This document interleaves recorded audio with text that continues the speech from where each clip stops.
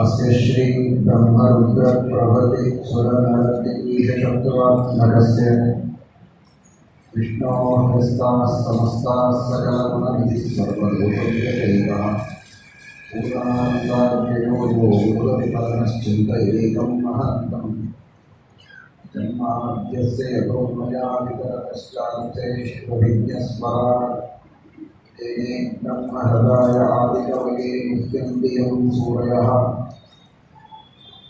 एको वारिपदां यथा विनिमयो यत्र त्रिसर्गो मृषा नाम्ना स्तेन सदा निरस्तकुहकं सत्यं परं धीमहि धर्मविज्ञानवैराग्यपरमेश्वरयशालिनः आनन्दतीर्थभगवत्पादान् वन्दे निरन्तरम् भवति अनुभावायणमोकोऽपि वाग्मीजडमयविजन्तुर्जायते प्राज्ञमौलिः सकलवचनचेतो देवता भारती सा महोदसिन्धत्तां सन्निधिं मानसे च यं प्रव्रजन्तमनुपेतमपेतकृत्यं द्वैपायनो विरहकातर आर्द्रहार पुत्रेति तन्मयतया तपवो विनीतुस्तं सर्वभूतहृदयं मुनिमानतोऽस्मि यस्वाभावमखिलश्रुतिसारमेकम् अध्यात्मलीकनदीतीर्थणां तमोऽन्धं संसारिणां करुणयाः पुराणगुह्यं तं व्याससूनुमुपयामि गुरुं मुनीनाम्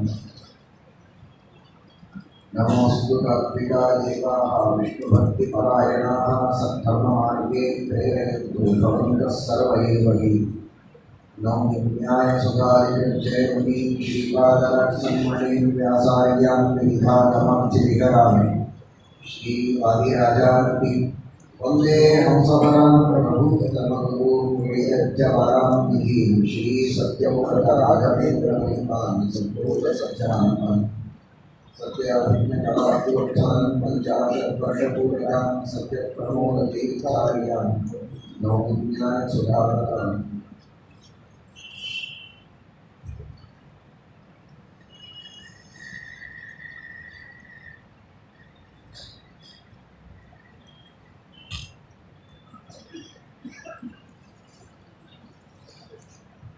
ಶ್ರೀಮದ್ಭಾಗವತದ ಶ್ರವಣವನ್ನು ಮಾಡುವಾಗ ಶ್ರೀಮದ್ಭಾಗವತದ ಮಹಿಮೆಯನ್ನು ಚೆನ್ನಾಗಿ ತಿಳಿದು ಭಕ್ತಿಯಿಂದ ಶ್ರದ್ಧೆಯಿಂದ ಶ್ರವಣ ಮಾಡಬೇಕು. ಭಗವಂತನ ಮಹಿಮೆಯನ್ನು ತಿಳಿಯುವುದು ಎಷ್ಟು ಅವಶ್ಯಕವೋ ಭಗವಂತನ ಮಹಿಮೆಯನ್ನು ಕೊಂಡಾಡುವ ಶ್ರೀಮದ್ಭಾಗವತದ ಮಹಿಮೆಯನ್ನು ತಿಳಿಯುವುದು ಅಷ್ಟೇ ಅವಶ್ಯಕವಾಗಿದೆ. ಅನೇಕ ಪುರಾಣಗಳಲ್ಲಿ ಶ್ರೀಮದ್ಭಾಗವತವನ್ನು ಕೊಂಡಾಡಿದ್ದಾರೆ. ಆ ಪುರಾಣಗಳ ಬಗ್ಗೆ ವಿಶೇಷವಾದ ಮಹಿಮೆಯನ್ನು ತಿಳಿಸುವುದು ದೊಡ್ಡದಲ್ಲ. ಬೇರೆ ಬೇರೆ ಪುರಾಣಗಳಲ್ಲಿಯೂ ವೇದವ್ಯಾಸ ದೇವರು ಭಾಗವತದ ಮಹಿಮೆಯನ್ನು ವಿಶೇಷವಾಗಿ ಕೊಂಡಾಡಿದ್ದಾರೆ, ಮಹಾಭಾರತದ ಬಗ್ಗೆ ಹೇಳಿದ್ದಾರೆ. ಇದು ಮಹಾಭಾರತದ ಭಾಗವತದ ಒಂದು ವಿಶೇಷವಾದಂತಹ ಮಹಾತ್ಮ್ಯ ಎಂಬುದಾಗಿ ನಾವು ಅರ್ಥ ಮಾಡಿಕೊಳ್ಳಬೇಕು. ಪದ್ಮಪುರಾಣದಲ್ಲಿ ಶ್ರೀಮದ್ಭಾಗವತದ ಮಹಿಮೆಯನ್ನು ತಿಳಿಸಿಕೊಡ್ತಾಳೆ. ಭಾಗವತದ ವೈಶಿಷ್ಟ್ಯವೇನೆಂದರೆ, ಒಂದು ಬಾರಿ ಎಲ್ಲ ಮಹರ್ಷಿಗಳು ಶೌನಕಾದಿಗಳು ಶ್ರೀಮದ್ಭಾಗವತದ ಶ್ರವಣವನ್ನು ಮಾಡುತ್ತಾ ಇರುವಾಗ ದೇವತೆಗಳು ಬಂದು ಕೇಳಿದರಂತೆ, ನಾವು ಸ್ವರ್ಗಲೋಕದ ಅಮರತ್ವವನ್ನು ನೀಡುವ ಅಮೃತವನ್ನೇ ನಿಮಗೆ ಕೊಡ್ತೇವೆ, ನಿಮ್ಮ ಹತ್ರ ಇರುವ ಈ ಭಾಗವತ ಅಮೃತವನ್ನು ನಮಗೆ ಕೊಟ್ಟು ಬಿಡಿ, ವಿನಿಮಯ ಮಾಡಿಕೊಳ್ಳೋಣ ಅಂತ. ಆಗ ಅವರು ಹೇಳಿದಂತೆ, ವಸುಧಾ ಕಥಾಲೋಕೆ ಕಾಚಃ ಮಣಿರ್ಮಹಾನ್, ಶ್ರೇಷ್ಠವಾದಂತಹ ಮಣಿ ನಮ್ಮ ಹತ್ರ ಇದೆ, ಒಂದು ಸಣ್ಣ ಗಾಜಿನ ತುಂಡು ಕೊಟ್ಟು ನಿನ್ನ ಹತ್ರ ಇರುವ ಮಣಿ ಕೊಡು ಅಂತ ಹೇಳಿದರೆ ಅದು ವಿನಿಮಯ ಅಂತ ಹೇಳ್ತಾರೆ. ಗಾಜಿನ ಕಿಮ್ಮತ್ತೇನು, ಶ್ರೇಷ್ಠವಾದಂತಹ ರತ್ನದ ಮಣಿಯ ಕಿಮ್ಮತ್ತೇನು? ಈ ಅಮೃತ ಯಾವ ದೇಹದಿಂದ ನಾವು ಅಮೃತವನ್ನು ಪಾನ ಮಾಡಿದ್ದೇವೋ ಆ ದೇಹ ಆರೋಗ್ಯವಂತವಾಗಿರುವಂತೆ, ಹಸಿವೆ ನೀರಡಿಕೆ ಇಲ್ಲದೆ ಇರೋ ಹಾಗೆ, ಒಂದು ಕಲ್ಪದವರೆಗೆ ಬಹಳ ಅಂದರೆ ಆಯುಷ್ಯವನ್ನು ಕೊಟ್ಟಿದ್ದು ನಿಮಗೆ, ಅಮೃತವನ್ನು ಕೊಟ್ಟಿದ್ದು. ಆದರೆ ಕೊನೆಗೆ ಮತ್ತೆ ಆ ದೇಹಕ್ಕೆ ನಾಶ ಇದೆ ಪ್ರಳಯ ಕಾಲದಲ್ಲಿ. ಆದರೆ ಈ ಭಾಗವತಾಮೃತವನ್ನು ಪಾನ ಮಾಡಿದರೆ, ಇದರಿಂದ ಭಗವಂತನ ವಿಶೇಷವಾದಂತಹ ಅನುಗ್ರಹದಿಂದ ಅಪರೋಕ್ಷ ಜ್ಞಾನವನ್ನು ಪಡೆದರೆ ನಿತ್ಯವಾದಂತಹ ಮೋಕ್ಷದಲ್ಲಿ ಅನಂತ ಕಾಲದವರೆಗೆ ಸುಖವನ್ನು ಅನುಭವಿಸುವುದಕ್ಕೆ ಸಾಧ್ಯ ಇದೆ.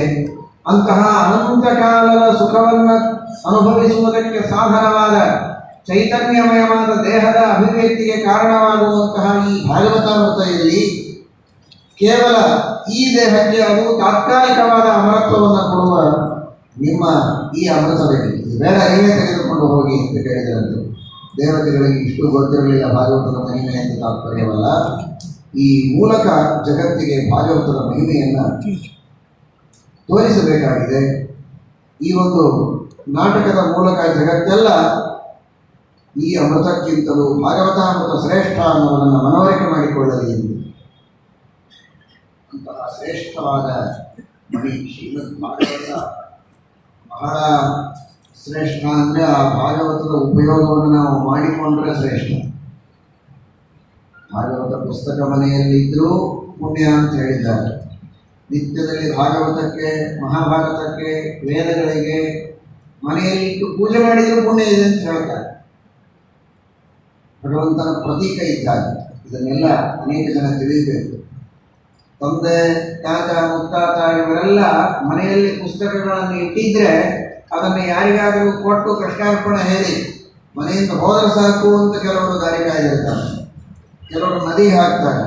ಏನೋ ಹಿಂದಿನವರೆಲ್ಲ ಇಟ್ಕೊಂಡ್ರು ನಮಗಂತೂ ಏನು ಅರ್ಥ ಆಗೋದಿಲ್ಲ. ಅಲ್ಲಿ ಇಲ್ಲಿ ಬಿದ್ದರೆ ಅಪಚಾರ ಆಯಿತು ಅಂತ ಸ್ವಲ್ಪ ತಕ್ಕ ಮಟ್ಟಿಗೆ ಶ್ರದ್ಧೆಯೋ ಭಯವೋ ಇದೆ. ಹಾಗೆ ಇಟ್ಟರೆ ಏನಾದರೂ ಪಾಪ ಬಂದಿತ್ತು ಅಂತ, ಹಾಗಾದರೆ ನದಿಗೆ ಹಾಕಿಬಿಡೋಣ ಅಂತ ನದಿಗೆ ಹಾಕುವವರು ಕೆಲವರಿದ್ದಾರೆ. ಅದೆಲ್ಲ ಮಾಡಬಾರದು.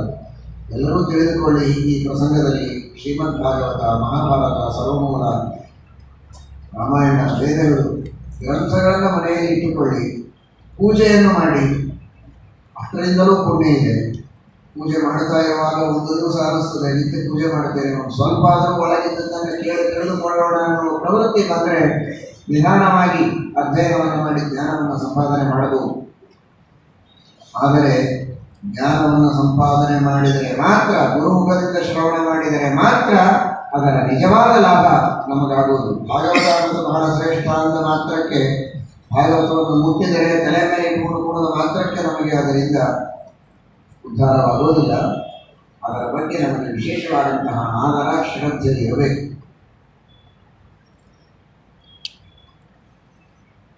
ವದಾಚಃ ತ್ವಮಣಿರ್ ಮಹಾನ್. ಮಹಾನ್ ಅಂದರೆ ಮಹಾಪೂಜಾಯ. ಯಾವುದು ಪೂಜ್ಯವಾಗತ್ತೆ, ಪೂಜೆಗೆ ಸಾಧನವಾಗತ್ತೆ, ಅಂತಹ ಮಣಿ ಇದು ವಿಶೇಷವಾದಂತಹ ಬೆಲೆ ಬಾಳುವ ಮಣಿ. ಬೇಕಾದಷ್ಟು ಮಣಿಗಳಿರ್ಬೋದು, ಆದರೆ ಆ ಮಣಿಗೆ ಬೆಲೆ ಬರೋದು ಯಾವಾಗ ಅಂದರೆ ಅದನ್ನು ಯಾವ ರೀತಿಯಾಗಿ ಕಟ್ ಮಾಡಬೇಕು, ಯಾವ ಎಲ್ಲಿ ಇಡಬೇಕು, ಅಲ್ಲಿ ಇಟ್ಟರೆ ಹೇಗೆ ಉಪಯೋಗಿಸಬೇಕೋ ಹಾಗೆ ಉಪಯೋಗಿಸಿದರೆ ಅದಕ್ಕೆ ಬೆಲೆ ಇದೆ.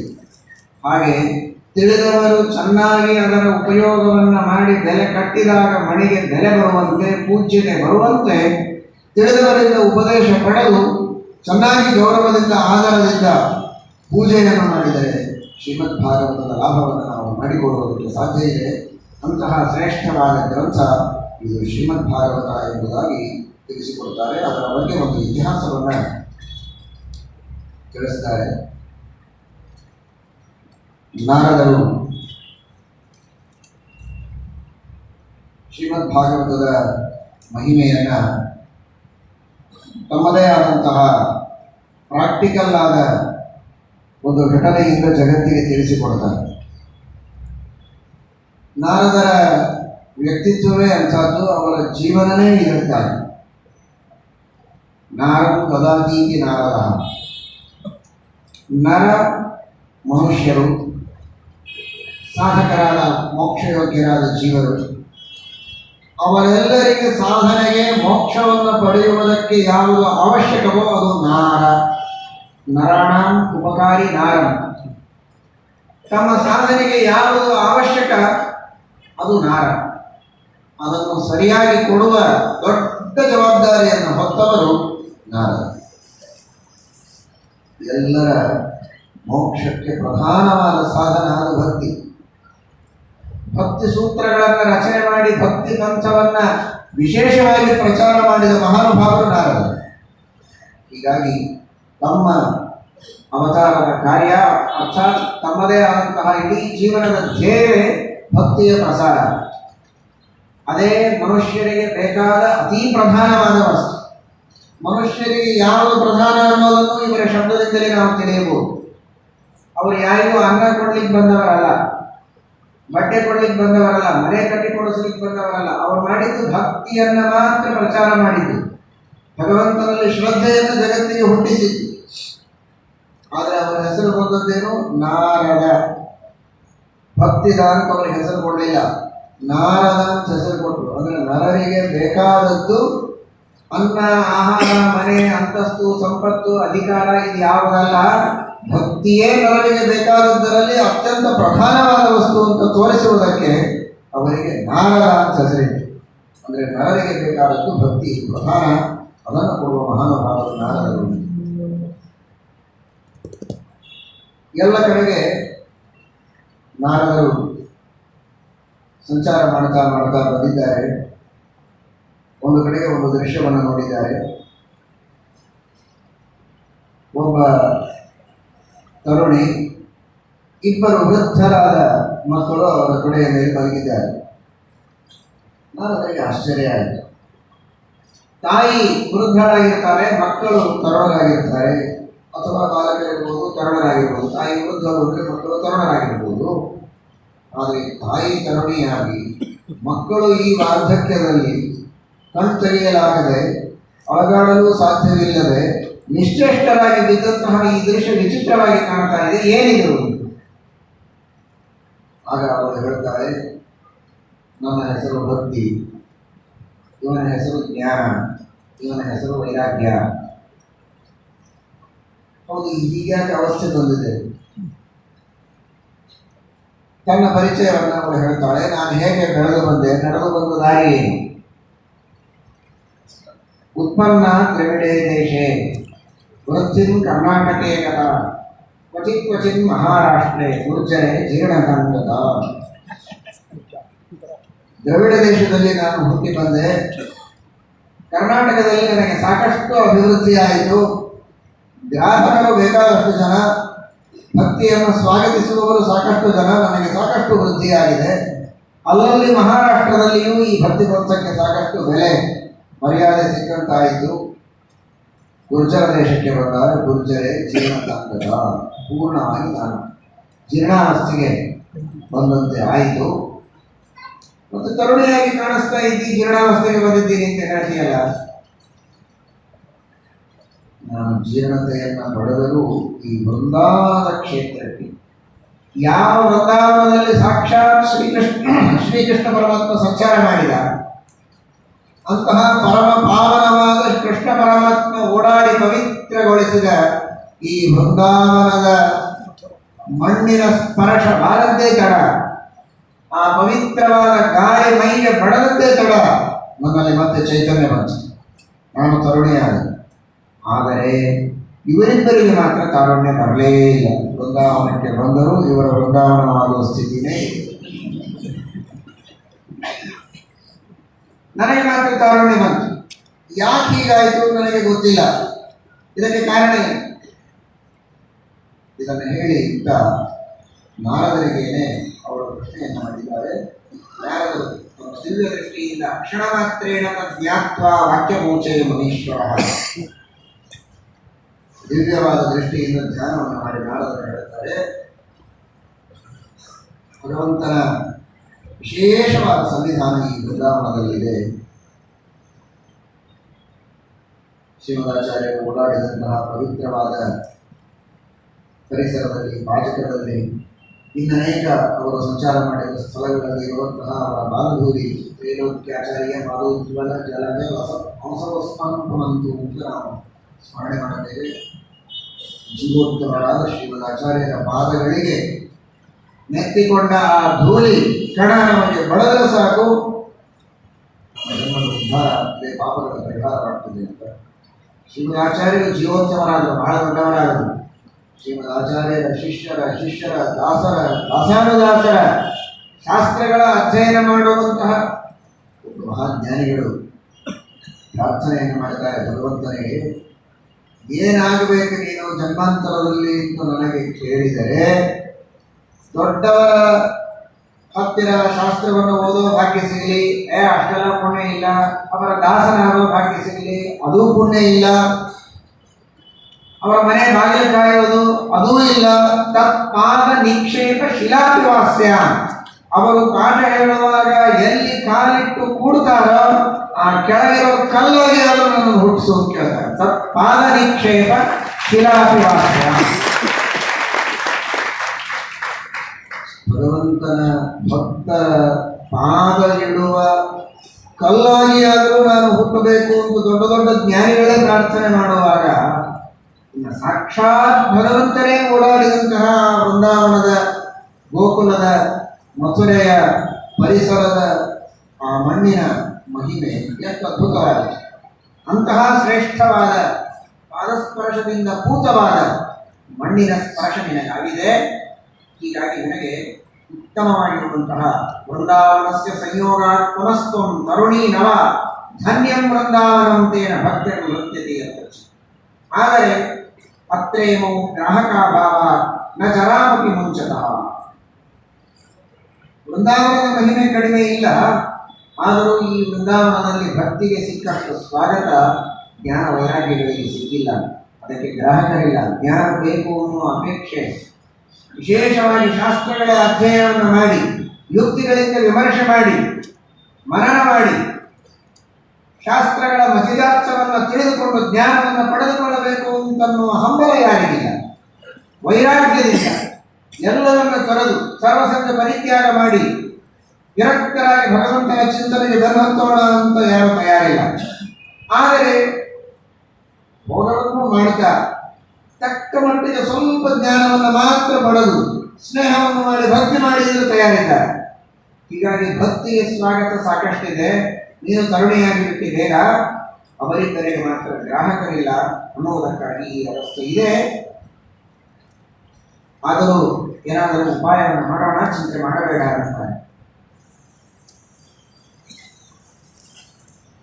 ಯಾಕೆ ಭಗವಂತ ಅವತಾರ ಮಾಡಿ, ಪರೀಕ್ಷಿತ್ ಮಹಾರಾಜರು ಕಲಿಯ ನಿಗ್ರಹ ಮಾಡಿ, ಇಷ್ಟೆಲ್ಲ ಮಾಡಿದ ಮೇಲೂ ಇನ್ನೂ ಯಾಕೆ ಕಲಿಯ ತಾಂಡವ ಕಡಿಮೆಯಾಗಿಲ್ಲ? ಯಾಕೆ ಭಕ್ತಿಯ ಜ್ಞಾನ ವೈರಾಗ್ಯಗಳ ಪ್ರಸಾರ ಎಷ್ಟಾಗಬೇಕೋ ಅಷ್ಟಾಗ್ತಾ ಇಲ್ಲ? ಜ್ಞಾನ ವೈರಾಗ್ಯಗಳಿಗಂತೂ ಏನೂ ಬೆಲೆ ಇಲ್ಲದೆ ಇದ್ದಂತೂ ಹೀಗೆ ಅವರು ವೃದ್ಧರಾಗಿ ಜೀರ್ಣರಾಗಿ ಬಿದ್ದೋದಕ್ಕೆ ಕಾರಣ ಏನು? ಅದಕ್ಕೆ ನಾರದರಂತಾರೆ, ಅಪವಿತ್ರವಾದ ಈ ಜಗತ್ತಿನ ಪಾವಿತ್ರ್ಯವನ್ನು ನೀಡುವುದಕ್ಕಿರುವಂತಹ ಸಾಧನಗಳು ಭಗವಂತ ನೀಡಿದ್ದು ಹಲವು. ಭಕ್ತಿ, ತಪಸ್ಸಿದೆ,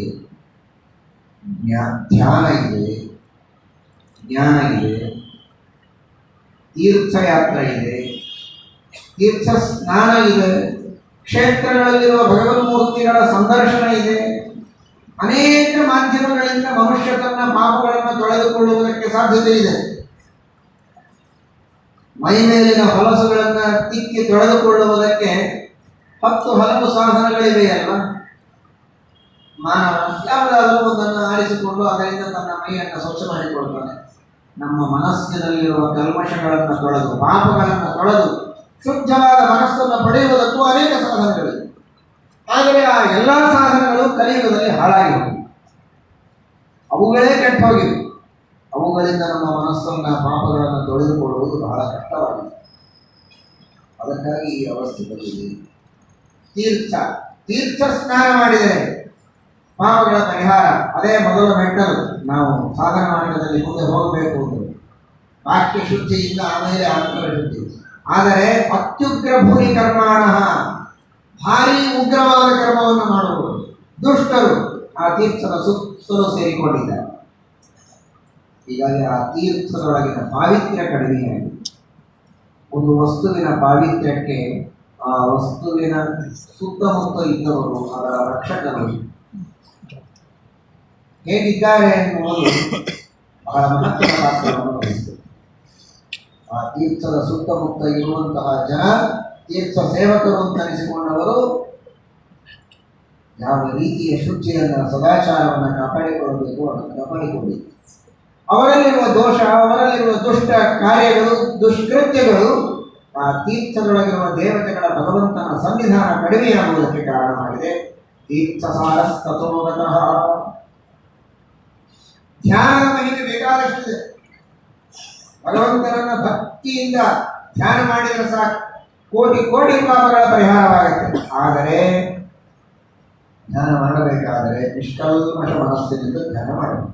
ಮನಸ್ಸಿನಲ್ಲಿ ಯಾವುದೇ ಕಾಮ ಇರಬಾರದು, ಕ್ರೋಧ ಇರಬಾರದು. ಕಾಮಕ್ರೋಧಾದಿ ದೋಷಗಳಿಂದ ಕಲುಷಿತವಾದ ಮನಸ್ಸಿನಿಂದ ಗಾಂಭೀರವಾಗಿ ಧ್ಯಾನ ಮಾಡಿದರೆ ಆ ಧ್ಯಾನದಿಂದ ಯಾವುದೇ ಲಾಭವಾಗುವುದಕ್ಕೆ ಸಾಧ್ಯವಿಲ್ಲ. ಕಾಮ ಕ್ರೋಧ ಮಹಾಲೋಭ ಕೃಷ್ಣ ವ್ಯಾಕುಲ ಚೇತಸಃ ತೇಪಿ ತಿಷ್ಠಂತಿ ತಪಸಿ. ಇಂಥವರೆಲ್ಲ ತಪಸ್ಸು ಮಾಡುತ್ತಾರೆ. ತಪಸ್ಸಾರಸ್ತತೋಗತಃ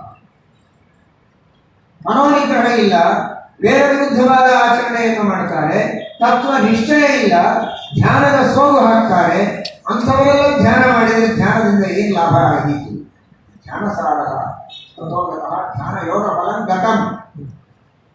ಪಂಡಿತರೆಲ್ಲ ಶಾಸ್ತ್ರಗಳ ಅಧ್ಯಯನ ಮಠ ಪ್ರವಚನವನ್ನು ಮಾಡುವವರು ಕಲಿಯುಗದವರು ಬೇಕಾದಷ್ಟು ಜನ ಇದ್ದಾರೆ, ಸಜ್ಜನರು. ಅವರನ್ನು ನೋಡಿ ಹೇಳಿದ್ದಲ್ಲ, ಎಷ್ಟೋ ಜನ ಪಂಡಿತರು ಅಂತ ಹೆಸರಿಗೆ ಮಾತ್ರ ಅನಿಸಿಕೊಂಡು ಯಾವ ರೀತಿಯ ಶುದ್ಧ ಸದಾಚಾರದಲ್ಲಿ ಇರಬೇಕು ಹಾಗೆ ಇಲ್ಲದೇ ಇರುವುದರಿಂದ ಅವರಿಂದ ಏನು ದೊಡ್ಡ ಸಾಧನೆ ಆಗಬೇಕು ಅದರ ಅರ್ಥ ಇಲ್ಲ. ಎಲ್ಲ ಯುಗಧರ್ಮದ ಪ್ರಭಾವ ಹೀಗಿದೆ. ಆದರೆ ನೀನು ಮಾತ್ರ ಏನು ಮನಸ್ಸಿಗೆ ತೊಂದರೆ ಮಾಡಿಕೊಳ್ಳಬೇಕಾಗಿದೆ. ದೇವರಿಗೆ ನಿನ್ನ ಮೇಲೆ ಬಹಳ ಪ್ರೀತಿ. ಒಂದೇ ಒಂದು ಕ್ವಾಲಿಫಿಕೇಶನ್ ಸಾಕು ನಿನಗೆ, ನೀನು ಎಲ್ಲ ಗೆದ್ದಂತೇನೆ. ಇದೇನೋ ಸುಮ್ಮನೆ ಪರೀಕ್ಷೆ ಮಾಡಿದ್ದಾರೆ ಅಷ್ಟೇ. ದೇವರು ನಿನ್ನ ಮೇಲೆ ಪರಮಾತ್ಮನಿಗೆ ಬಹಳ ಪ್ರೀತಿ ಇದೆ. ಬಾಲಿಕಾ ಗೋಪ ಸುಂದರಿಯ ಸಕೃಷ್ಣ ಕ್ವಾಪಿನೋಗತಃ. ದ್ರೌಪದಿಯ ರಕ್ಷಣೆ ಮಾಡಿದಂತಹ ಕೃಷ್ಣ, ಗೋಪಿಕಾ ಸ್ತ್ರೀಯರ ಉದ್ಧಾರ ಮಾಡಿದ ಕೃಷ್ಣ, ಆ ಕೃಷ್ಣ ಎಲ್ಲಿಯೂ ಹೋಗಿಲ್ಲ. ಆ ಕೃಷ್ಣ ಇಲ್ಲಿಯೇ ಇದ್ದಾನೆ, ನಿನ್ನ ಉದ್ಧಾರ ಮಾಡುತ್ತಾನೆ, ನಿನ್ನ ರಕ್ಷಣೆಗೆ ಇದ್ದಾನೆ ಅವನು. ನಿನ್ನ ಮೇಲೆ ಅವನಿಗೆ ಪ್ರೀತಿ ಎಷ್ಟು ಅಂದ್ರೆ ಇಡೀ ಜಗತ್ತು ಯಾವ ಮುಕ್ತಿಯ ಬೆನ್ನು ಹತ್ತಿ ನಡೆದಿದೆ ಅಂತಹ ಮುಕ್ತಿಯನ್ನು ನಿನಗೆ ದಾಸಿಯನ್ನಾಗಿ ಮಾಡಿದ್ದಾನೆ. ಮುಕ್ತಿ ಇದು ಭಕ್ತಿಗೆ ದಾಸಿ. ಯಾವ ವ್ಯಕ್ತಿ ಭಕ್ತಿಯನ್ನು ಮಾಡುತ್ತಾನೆ ಅವನ ಬೆನ್ನು ಹತ್ತಿ ಮುಕ್ತಿ ಬರುತ್ತದೆ.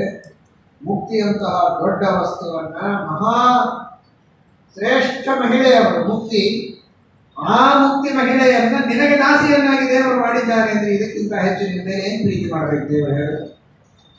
ಮುಕ್ತಿ ದಾಸಿಯೂ ದೊಡವುದು.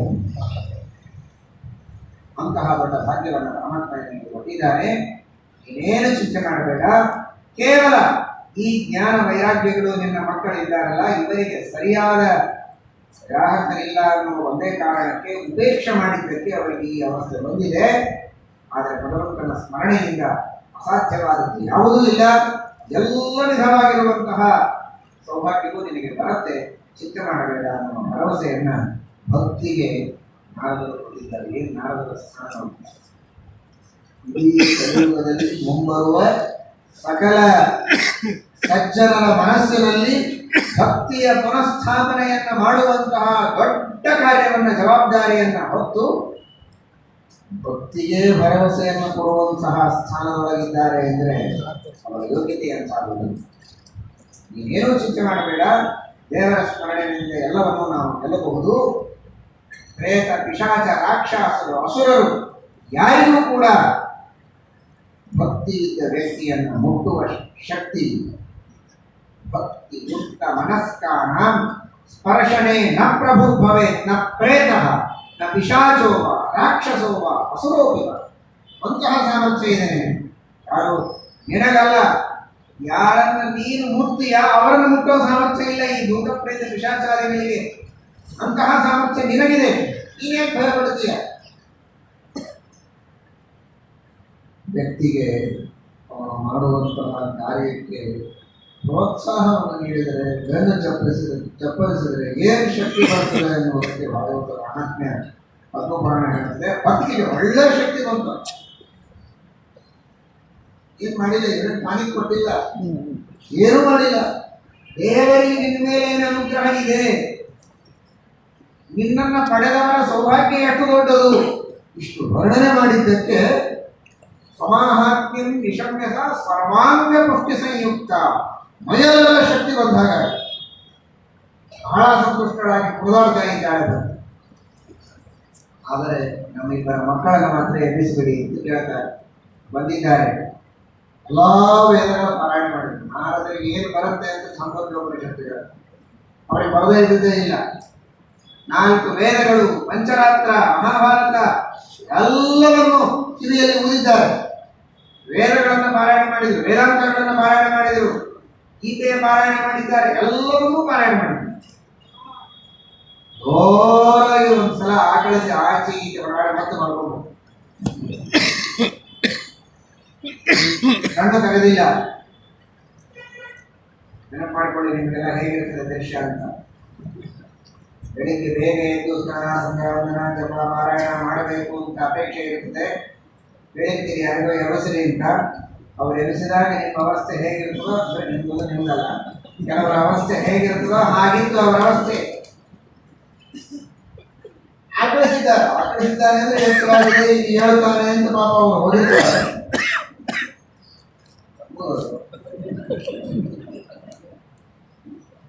ಅಹೋ ನಿದ್ರಾ ಕಥಮ್ಯಾಗಿ ಪಂಚ ಮಹತ್ತರಂ, ನಾರದ ರಕ್ಷಣಕ್ಕೆ. ಹಾಗಾದ್ರೆ ಇದಕ್ಕೇನಾದ್ರೂ ಉಪಾಯ ಮಾಡಲೇಬೇಕು. ಕಾರುಣ್ಯ ಹೇಗಿರ್ತದೆ ನೋಡಿ ಸಜ್ಜನರಲ್ಲಿ. 1000 ಮಂದಿ ಕೇಳ್ತಾರೆ, 1000 ಮಂದಿ ಹೇಳ್ತಾರೆ, ನೋಡೇನು ಮಾಡೋದು ಅಲ್ಲ. ನಾನು ವಚನ ಕೊಟ್ಟಿದ್ದೇನೆ, ಇವತ್ತು ಎಬ್ಬಿಸ್ತೇನೆ. ಇದು ಕಾರುಣ್ಯ ಕೇವಲ ಒಬ್ಬ ಕರುಣಿಯ 2 ಮಕ್ಕಳನ್ನು ಎಬ್ಬಿಸುವುದಕ್ಕೆ ಎಂದು ತಿಳಿಯಬೇಡಿ. ಅಂತಹ ಕಾರುಣ್ಯವು ಮಹಾತ್ಮರಲ್ಲಿ ಇದ್ದೇ ಇರುತ್ತೆ. ಇವರಿಬ್ಬರನ್ನ ಎಬ್ಬಿಸಿದರೆ ಇಡೀ ವಿಶ್ವವನ್ನೇ ಎಬ್ಬಿಸಿದಂತೆ. ಜ್ಞಾನ ವೈರಾಗ್ಯಗಳನ್ನು ಎಬ್ಬಿಸೋದು, ಜ್ಞಾನ ವೈರಾಗ್ಯಗಳ ಪ್ರಚಾರವನ್ನು ಸಮಾಜದಲ್ಲಿ ಮಾಡಿ ಎಲ್ಲರೂ ಜ್ಞಾನದ ಬಗ್ಗೆ ವಿಶೇಷವಾದ ಜಿಜ್ಞಾಸುಗಳಾಗಿ ವೈರಾಗ್ಯವನ್ನು ಪಡೆಯುವುದಕ್ಕೆ ಮುಂದಾಗಿ ಸಾಧನೆಯ ಮಾರ್ಗದಲ್ಲಿ ಮುಂದೆ ನಡೆದರೆ ಇಡೀ ವಿಶ್ವದ ಉದ್ಧಾರವನ್ನೇ ಮಾಡಿದಂತಹ ಕಾರ್ಯ. ಅದನ್ನು ಮಾಡುವುದಕ್ಕೆ ನಾರದರಂತಾರೆ ನಾನು ಹೊರಡ್ತೀನಿ. ಎಲ್ಲರಿಗೂ ಹೊರಟಿದ್ರು. ಈಗ ಇಬ್ಬರಿದ್ದಾರೆ, ಏನು ಹೊಡೆದ್ರು ಏನು ಮಾಡಿದ್ರು ಅವರನ್ನು ಎಬ್ಬಿಸ್ಲಿಕ್ಕೆ ಆಗ್ತಾ ಇಲ್ಲ. ಎಲ್ಲಾ ಶಾಸ್ತ್ರಗಳ ಪಾರಾಯಣ ಮಾಡಿದ್ರು ಅವ್ರಿಗೆ ಹೇಳ್ತಾ ಇಲ್ಲ. ಏನು ಮಾಡಬೇಕು ಹೇಳಿ? ಅಲ್ಲಲ್ಲಿ ನೋಡ್ರಿ, ತೀರ್ಥಂ ನಿಷ್ಕ್ರಮ್ಯ. ಆಗಿನ ಕಾಲದಲ್ಲಿ ಅಡ್ರೆಸ್ ಏನು? ಜ್ಞಾನಿಗಳ ಅಡ್ರೆಸ್ ಏನು? ದೊಡ್ಡ ದೊಡ್ಡ ಗಂಗಾದಿ ತೀರ್ಥಗಳ ಸನ್ನಿಧಾನದಲ್ಲಿ ಜ್ಞಾನಿಗಳು ಇರ್ತಾ ಇದ್ರು. ಹುಡುಕಿಕೊಂಡು ದೊಡ್ಡ ದೊಡ್ಡ ತೀರ್ಥಗಳಿಗೆ ಹೋಗಬೇಕು, ಸ್ನಾನ ಮಾಡಬೇಕು, ಆ ಕ್ಷೇತ್ರದಲ್ಲಿರುವ ಸಾಧಕರಿಗೆಲ್ಲ ಕೇಳಬೇಕು. ಅವರೆಲ್ಲ ಹೇಳಬೇಕು, ಇದೆಲ್ಲ ಬಹಳ ಕಥೆ ಕೇಳೋದನ್ನು ಚೆನ್ನಾಗಿ ಕೇಳ್ತಿದ್ರು. ಆದರೆ ನಮ್ಗೆ ಏನಿದೆ ಉಪಾಯ ಗೊತ್ತಿಲ್ಲ ಅಂತ ಹೇಳಿದ್ರು. ಅಥವಾ ಯಾಕೆ ಕಥೆ ಕೇಳಿ ಮಾಡಿದ್ರು? ಕಾಲದಲ್ಲಿ ವೃತ್ತಾಂತ ಶ್ರೂಯತೆ ಸರ್ವೈಹಿ ಕಿಂಚಿನ್ ನಿಶ್ಚಿತ್ಯ ಮೋಕ್ಷತೆ ಉತ್ತರ ಕೊಡ್ತಾರೆ. ಕೊನೆಗೆ ಸನತ್ಕುಮಾರರ ಭೇಟಿಯಾಗ್ತದೆ.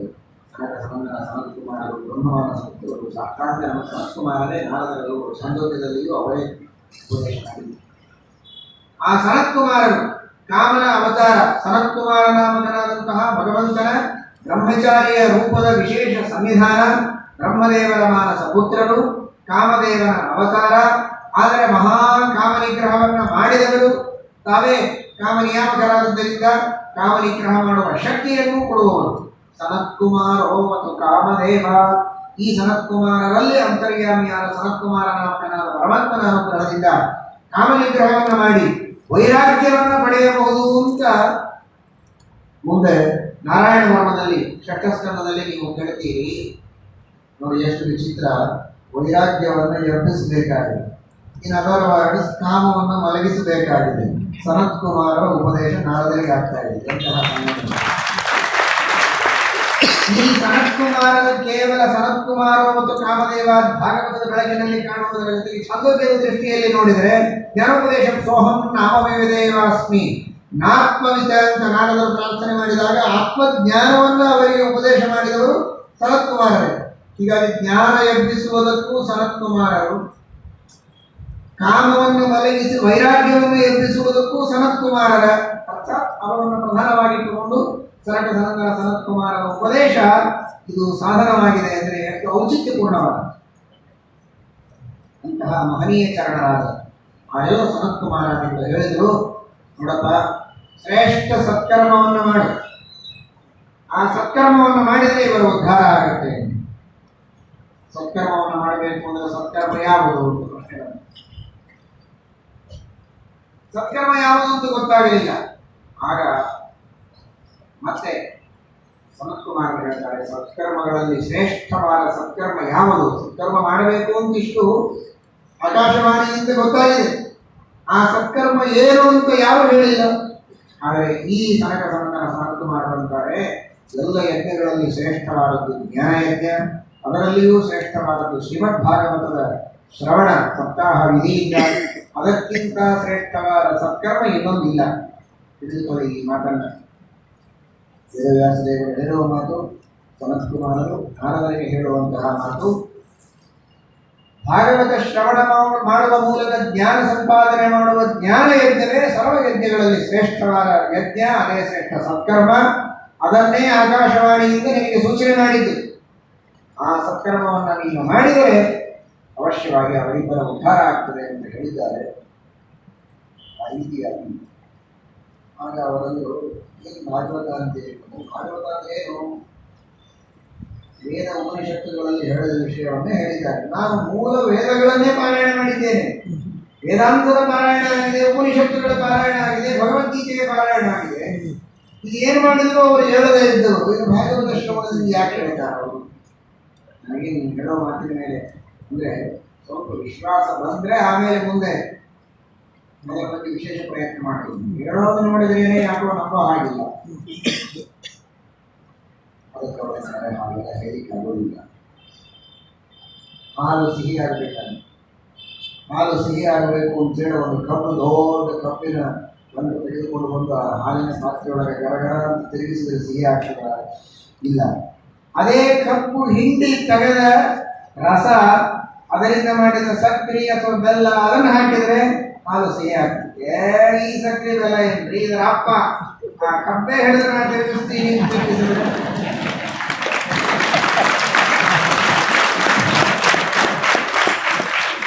ಅದಕ್ಕಾಗಿ ಭಾಗವತ ಹೇಳುವ ಮಾತು, ಪದ್ಮಪುರಾಣ ಹೇಳುವಂತಹ ಮಾತು, ಆಮೂಲಾಗ್ರಂ ರಸಸ್ತಿಷ್ಠಂ ನಾಸ್ತೆ ನ ಸ್ವಾದ್ಯತೆ ಯಥಾ ಸಭೂಯಸ್ಸ ಪೃಥಗ್ಭೂತಃ ಫಲೇ ವಿಶ್ವ ಮನೋಹರ ಯಥಾ ಇಕ್ಷೂಣಾಮಪಿ ಮಧ್ಯಾಂತಂ ಶರ್ಕರಾ ವ್ಯಾಪ್ಯತಿಷ್ಠತಿ ಪೃಥಗ್ಭೂತಾತ ಸಾ ಮಿಷ್ಟ ತಥಾ ಭಾಗವತಿ ತಥಾ. ವೇದ ಉಪನಿಷತ್ತುಗಳೆಲ್ಲ ಕಬ್ಬು ಇದ್ದಾಗೆ, ಅದರಿಂದ ತೆಗೆದ ಸಕ್ಕರೆ ಅಂದರೆ ಅದು ಭಾಗವತ. ಅದು ಸಣ್ಣದು ಅಂತ ನಾವು ಹೇಳ್ತಾ ಇಲ್ಲ. ಹಾಗೆ ಹಾಲಿನಲ್ಲಿ ಕಬ್ಬಾಡಿಸಿದಾಗ ನೇರವಾಗಿ ವೇದವನ್ನು ಕಿವಿಯಲ್ಲಿ ನೀವು ಊದಿದರೆ ಪ್ರಯೋಜನ ಇಲ್ಲ. ಅದರ ಸಾರಭೂತವಾದ ಭಾಗವತವನ್ನು ಊದಿ ನಾವಿಬ್ಬರು ಹೇಳ್ತಾ ಇರುವ ನೋಡಿಬಿಡಿ, ನಿಶ್ಚಯವಾಗಿಯೂ ಅವರ ಉದ್ಧಾರ ಆಗತ್ತೆ ಎಂಬುದಾಗಿ ತಿಳಿಸಿಕೊಟ್ಟಿದ್ದಾರೆ. ಹಾಗಾದರೆ ಎಲ್ಲಿ ಮಾಡಬೇಕು ಆ ಜ್ಞಾನಯಜ್ಞವನ್ನು? ಗಂಗಾದ್ವಾರ ಹರಿದ್ವಾರದಲ್ಲಿ ಶ್ರೇಷ್ಠವಾದಂತಹ ಆನಂದವನ, ದೇವತೆಗಳು, ಋಷಿಗಳು, ಸಿದ್ಧರು ಎಲ್ಲರೂ ಇರುವಂತಹ ಪವಿತ್ರವಾದ ಸ್ಥಳ ಗಂಗಾ ತೀರ. ದೇಶ ಕಾಲಗಳು ಉತ್ತಮವಾಗಿರಬೇಕು. ಶ್ರೇಷ್ಠವಾದ ಕಾಲ, ಶ್ರೇಷ್ಠವಾದ ದೇಶದಲ್ಲಿ, ಪವಿತ್ರವಾದ ಕ್ಷೇತ್ರದಲ್ಲಿ ಮಾಡಿದರೆ ಆ ಮಾಡಿದ ಕರ್ಮಕ್ಕೆ ಇನ್ನೂ ವಿಶೇಷವಾದಂತಹ ಪುಣ್ಯ ಇರುತ್ತದೆ. ಇದರರ್ಥ ಬೇರೆ ಕಡೆ ಮಾಡಬಾರದು ಅಂತಲ್ಲ, ಆದರೆ ಉತ್ತಮ ಕ್ಷೇತ್ರದಲ್ಲಿ ಮಾಡಿದರೆ ಮಹಾಪುಣ್ಯ, ಅಲ್ಲಿ ಹೋಗಬೇಕು ಅಂತ. ಗಂಗಾ ತೀರದಲ್ಲಿ ಸೇರಿದ್ದಾರೆ. ಎಲ್ಲ ಋಷಿಮುನಿಗಳು ಬಂದಿದ್ದಾರೆ. ದೇವಾದಿ ದೇವತೆಗಳು ಆಕಾಶ ಮಾರ್ಗದಲ್ಲಿ ಬಂದು ನಿಂತಿದ್ದಾರೆ. ಸಾಕ್ಷಾತ್ ಬ್ರಹ್ಮಮಾನಸ ಪುತ್ರರು ಶಾಸ್ತ್ರದ ಪ್ರವಚನವನ್ನು ಮಾಡುತ್ತಾರೆ. ಶ್ರೀಮದ್ ಭಾಗವತದ ಸಪ್ತಾಹವನ್ನು ಅಂದರೆ ಕೇಳಬೇಕು. ದೇವಾದಿ ದೇವತೆಗಳೆಲ್ಲ ಬಂದಿದ್ದಾರೆ. ಋಷಿಗಳು, ಮುನಿಗಳು, ಸಿದ್ಧರು, ಗಂಧರ್ವರು ಎಲ್ಲರೂ ಸೇರಿದ್ದಾರೆ. ಏನಿರಬೇಕು ನೋಡಿ ಆ ಸಪ್ತಾಹದ ವೇದಿಕೆ ಎಂಥದ್ದಿರಬೇಕು, ಮಣಿವರ್ಧಕನ ವ್ಯವಸ್ಥೆ ಎಂಥದ್ದಿರಬೇಕು.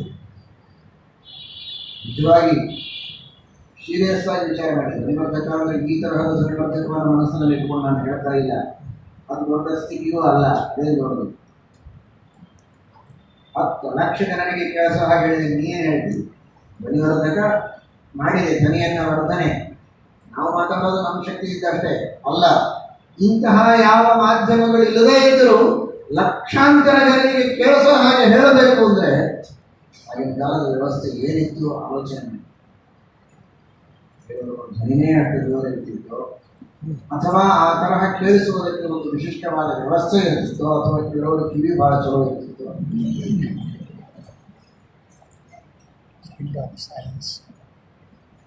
ಬಹಳ ವಿಚಿತ್ರವಾದ ಅನೇಕ ಜನ ಪಾಪ ಬಂದಿರ್ತಾರೆ, ಕಿವಿ ಕೇಳಿಸೋದು, ಏನಾದರೂ ಔಷಧಿ ಕೊಡ್ರಿ ಅಂತ ಬರ್ತಾರೆ, ಅಥವಾ ಕೆಲವೊಂದ್ಸಲ ನಮ್ಮ ಹತ್ರ ಬರ್ತಾರೆ, ಮಂತ್ರಾಕ್ಷಿ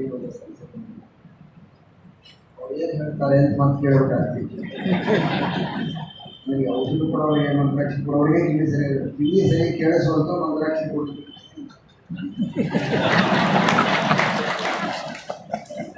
ಇಂಥ ಕಿವಿ ಅಂದರೆ ಆಗಿನ ಕಾಲದ ಜನರ ಅವರ ತಪಸ್ಸು, ಅವರ ಯೋಗ, ಅವರ ಸಿದ್ಧಿ, ಅವರ ಸಾಧನೆ, ಅವರ ಮಂತ್ರ ಇಂತಹ ಅದ್ಭುತವಾದ ರೀತಿಯಲ್ಲಿತ್ತು ಅನ್ನುವುದನ್ನು ಗಮನಿಸಿ ಎಲ್ಲರೂ ಬಂದಿದ್ದಾರೆ. ಗಂಗಾದಿ ಸಕಲ ತೀರ್ಥಾಭಿಮಾನಿ ದೇವತೆಗಳಲ್ಲಿ ಬಂದಿದ್ದಾರೆ. ಗಂಗಾ ನದಿ ತೀರ ಇತ್ತು, ಆದರೆ ಗಂಗೆ ಮಾತ್ರ ಅಲ್ಲ, ಗಂಗಾದಿ ಸಕಲ ತೀರ್ಥಾಭಿಮಾನಿ ದೇವತೆಗಳು ಬಂದಿದ್ದಾರಂತೆ. ಇದು ತತ್ರೈವ ಗಂಗಾ ಯಮುನಾ ಚ ತತ್ರ ಅಂತ ಅನ್ನೋದಕ್ಕೆ ಸಾಕ್ಷಿ. ಅವತ್ತು ಪ್ರತ್ಯಕ್ಷವಾಗಿ ಬರ್ತಾ ಇತ್ತು ದೇವತೆಗಳು, ಪುಣ್ಯವಂತರಿದ್ದರು ಅನ್ನೋದಕ್ಕೆ. ಇವತ್ತು ಯಾರು ಬಂದಿಲ್ಲ ಅಂತ ತಿಳ್ಕೋಬೇಡಿ. ಗಂಗಾದಿ ಸಕಲ ತೀರ್ಥಾಭಿಮಾನಿ ದೇವತೆಗಳು ಭಾಗವತಾದಿ ಸಚ್ಚಾಸ್ತ್ರಗಳ ಪ್ರವಚನ ನಡೆಯುವಲ್ಲಿ ಸನ್ನಿಹಿತರಾಗಿ ಇದ್ದೇ ಇರ್ತಾರೆ.